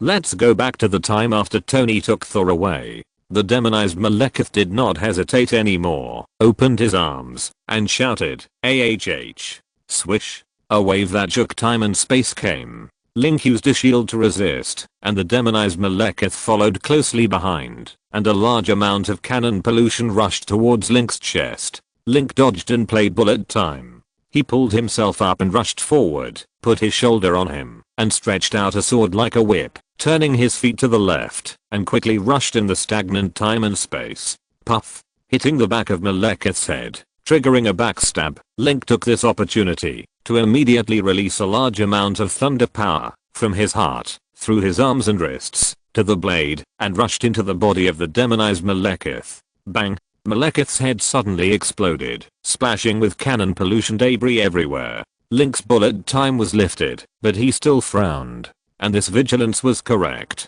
The headless Malekith immediately released a strong black light, trying to wrap Link in it just like wrapping Thor. And Malekith's head grew again like clothes rolling in a washing machine. Link immediately used bullet time again. He rarely used this skill. First, it was difficult to trigger it. Second, traveling in stagnant time and space would take a lot of energy and physical strength. Time was immediately stretched. This time, Link did not continue to rush forward and attack, but did 2 backflips in a row, quickly moving away to avoid the damage of the black light. After Link landed, he rolled again, and drew his bow and arrow. An arrow shot over. Malekith had a trace of disdain in his heart. Can this kind of arrow pass through my barrier? The arrow rushed straight towards the black light. But just as it was about to fall into the black light, it suddenly deflected strangely, curved a half arc, and pierced Malekith's new brain. Bang! Another explosion. The light on Malekith's chest faded, and the Ganon pollution on the ground exploded again. Link used the Ice Maker to lay a layer of ice on the ground, and stepped on the shield to slash over. Grabbing the Master Sword, he cut Malekith in 2 with one sword. And it's not over yet. Link always remained vigilant, because the power of Ganon's curse had never been dissipated. Maybe Ganon could relieve others' vigilance by showing weakness, but not for Link. Link moved away again, to prevent the Ganon pollution that was broken into 2 from suddenly hurting people. Malekith's body was now corrupted by Ganon's pollution, all paste like mud, emitting scorching black gas. He could not see a human shape at all. In the distance, Tony and Zelda were busy cleaning up those fierce dark elves.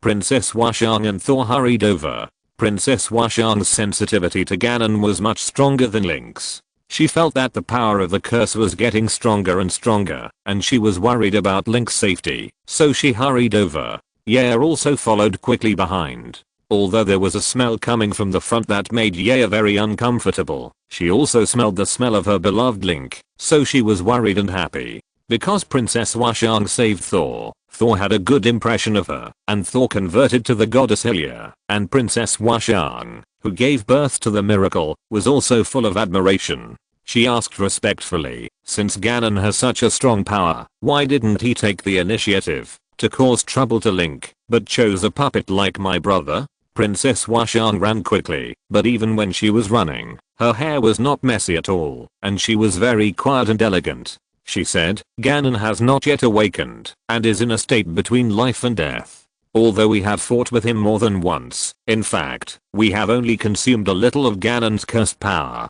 Ganon just used his evil will to influence those people with evil thoughts, causing them to degenerate and corrupt, burning their lives, and transforming into Jiang Li's Ganon curse power. We have been dealing with a group of people with evil thoughts who have been bewitched by Ganon. We have never fought with Ganon in the true sense. Thor was still a little trembling about the black lightning that struck his body. He felt an unimaginable terrible power corroding his mind. Fortunately, Thor had an extremely firm will and pride, so he was not corrupted by Ganon, and became a puppet. This made the two princesses who knew about it look up to him. This time, Ganon's power controlled the other particles. If it goes wrong, there will be many variables. Princess Washang rushed into the battlefield, and saw an amazing scene. Around Link's body, there was a dense layer of Ganon pollution, squirming and twisting. Suddenly, they turned into evil ghosts in the shape of dark elves. They all held spears, and stabbed at Link. Thor whispered, damn it. He poured the lightning in his body into Thor's hammer, and threw it out angrily. Link looked around, and saw the evil life reborn from Ganon pollution. He immediately felt a strong danger. He put away the exorcist sword, and summoned the dragon scale sword. First, he summoned Darkle, who immediately countered with a full shield, and knocked away the surrounding spear attacks. Then he moved his body's center of gravity backward, swung the dragon scale sword, and the flames splashed. It quickly slashed, and the hot sword blade slashed at the surrounding Ganon pollution puppets. Thor's hammer flew over, and laid a layer of electric screen on the periphery. And Link, a fire whirlwind blew inside. With the cooperation of inside and outside, Link dried it with high temperature flames, and Thor destroyed it with the power of thunder. All the Ganon pollution puppets around were eliminated. Yaya cackled happily twice. The dragon scale sword in Link's hand transmitted a warm heat, which made Yaya feel very close, and her little head swayed. Link's slashing expended a lot of energy. He was panting while leaning on the sword when he suddenly saw Malekith's body, which was cut into two pieces on the ground, flying towards him. It wrapped around Link's body. Link felt a pain all over his body. Ganon pollution began to corrode his body, and Link's mind was filled with all kinds of strange thoughts. Princess Washang didn't think twice, stepped forward and drew a sword energy, hitting Link. Princess Washang knew that Link's physique had a strong immunity to Ganon pollution and would not be corroded by Ganon pollution. However, due to the strong immunity, Link's body would overreact and collapse under such dense Ganon pollution. The exposed surface of Link's skin began to fester rapidly. He shouted without hesitation. The body burst out with a strong thunder force, attacking Ganon pollution. As the body was pulled, Link's clone appeared. Link's clone aimed at Link and chopped him down with a sword. Chapter 200 When his hair grows to his waist. The sword energy of Princess Washang and the sword of Link's clone slashed at Link's body at the same time. Snap. The mud on his body exploded, and Link had a terrible sword mark on both of his arms. It was slashed by himself and Princess Washang respectively. If he didn't block it with his hands, Link would have been ripped open directly. Although for Link, being ripped open was just a minor injury and he would recover quickly, but it was still unpleasant. Princess Washang threw her sword clang, covered her eyes, and knelt on the ground crying. Although it was slashed at Link, and although it was to save Link. But after all, she had done something to hurt Link, which made Princess Washang feel full of pressure and guilt. Even if she could accept the destruction of the world she was in, but asking her to hurt Link. This undoubtedly overwhelmed Princess Washang's emotions. What did I do? I should have controlled my strength better. Yaya was startled by Princess Washang and found that Princess Washang was in a particularly bad mood. So Yaya, who always had a bad temper and didn't like anyone except Link, rubbed the cheek of the Washang princess with his warm head and cried twice. Link himself was not feeling well either, so he flew up to the sky and landed on the body of the Washang princess. Since his body was directly covered by the pollution of Ganon transformed by Malekith, the intensity was dozens of times stronger. If it was someone else, he would have died long ago. Even Link, who was as strong as Ganon's nemesis, had his exposed skin rotten terribly at this moment, and even his brilliant golden hair began to fall off. Even his eyesight was affected and blurred. Link. Mytha flew out and saw Link's injuries. Since he woke up again, he had never seen Link seriously injured. Moreover, Link's exposed skin was now severely rotten, and his 2 long ears were also covered with bloodstains. A lot of hair fell on his shoulders. Thor picked up the hammer to block Link and said, "Link, you are not going to become bald, are you?" The Washang princess and Mytha imagined the scene of Link becoming bald in their minds at the same time and shuddered. Mytha immediately shouted, "Impossible. I will never allow this to happen. How pitiful. Look at all these wounds, and the sword wound on the arm. Which vicious person cut it? Ugh." Princess Washang covered her face and cried again. The princess was almost dead with guilt. Link felt warm behind him, and Mytha gently hugged Link from behind. Link was now very dirty, and his clothes were all bloodstained by the decay of his skin. His handsome and delicate face had become ugly, and his shiny golden hair was now sparse. But Mytha still hugged him gently without any disgust, and pressed her body against Link's back. She said softly, "I will protect you." Mytha's body suddenly became thinner, and turned into thousands of light points, pouring into Link's body. The surface of Link's body was as if sprinkled with a layer of gold powder, shining, and suddenly it glowed and disappeared. Link's face reappeared in the sunlight, and his skin returned to its original appearance, as if time had gone back. The festering wounds disappeared, and his skin was not visible at all. It was the skin of a brave man who had been exposed to the wind and sun, traveled all over the country, climbed snowy mountains, and waded through the sea of fire. And Link's hair, which had been corroded by the high concentration of Ganon pollution before, fell off a lot. But now, it was slowly growing out, getting longer and longer.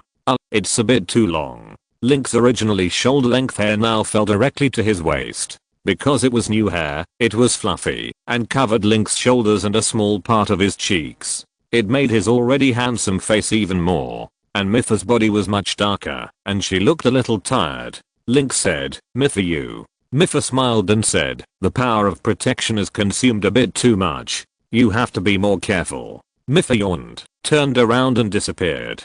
Thor was somewhat envious of Link's waist-length hair, and he kept moving his eyes from Link's hair to the hair on his shoulders. Asgardians have a long lifespan, and they take a long time to grow their hair. Link recovered his health, and the sword marks on his arms disappeared. The cursed power that invaded his body was completely digested, and Link's thunder power and Mytha's treatment. But Link regained his spirits here, and saw that the Ganon pollution everywhere on the ground also gathered together, and merged into a large mud, turning into the appearance of Malekith again. Link also summoned the Master Sword. A breeze blew, and his long hair was gently lifted by the wind. Very elegant. Thor said in a deep voice, "Let's work together." The Washang princess swung her sword, and the sword energy surged towards Malekith, but soon disappeared into nothingness in the air. At this moment, space began to distort frequently again, and Malekith, suddenly, also disappeared. Suddenly appeared in front of Link, and the other particles flew out and wrapped Link. Princess Washang and Fang Ya rushed over, but Malekith and Link disappeared quickly. Fang Ya stretched his head out desperately, and bit Link's long hair, but Princess Washang missed. Princess Washang said, "The demonized Malekith took Link to the decisive battle." Thor looked at the sky. Several circular spaces had appeared in the dark and cloudy sky that often appeared in London. Thor even saw Asgard. Tony and Zelda were cleaning up the Dark Elves. Suddenly, a lightning bolt struck from the sky, and finally a large group of Dark Elves were knocked to the ground by the electric shock, and they all died. Thor fell in the middle of the corpses. Zelda turned around, and saw Princess Washang running over breathlessly. Princess Washang shouted, "Malekith took Link away." Tony was stunned. What the hell? He rushed down immediately. Princess Washang said, I don't know what happened. Malekith seems to be able to control the disordered space and directly teleported away Link. It's not clear where he is in the 9 realms. Zelda frowned. That's probably the combination of the other particles and the power of Ganon's curse that interfered with reality. Tony shouted, sorry, Jane. Can I borrow your detector? Yes, the one you have in your hand. Tony muttered, although Link is very capable of handling things automatically, but it's safest to have helpers around. We must go find Link. He twisted the detector randomly, or hit it hard with his fist. Jane felt a little distressed. I made this myself. Tony fiddled with the detector and walked around by himself and said, really? Then you are really ingenious, but the operating logic of this machine is a bit strange. I'll adjust the coordinate system of the space. The x-axis should be, swish. The space around him shook, and Tony disappeared. End of this chapter. Thank you very much for reaching the end. Don't forget to like. Looking for more exclusive content and immediate access? Subscribe to our Patreon. Remember, every like, subscription, or donation encourages us to continue. Thanks to everyone. See you in the next video.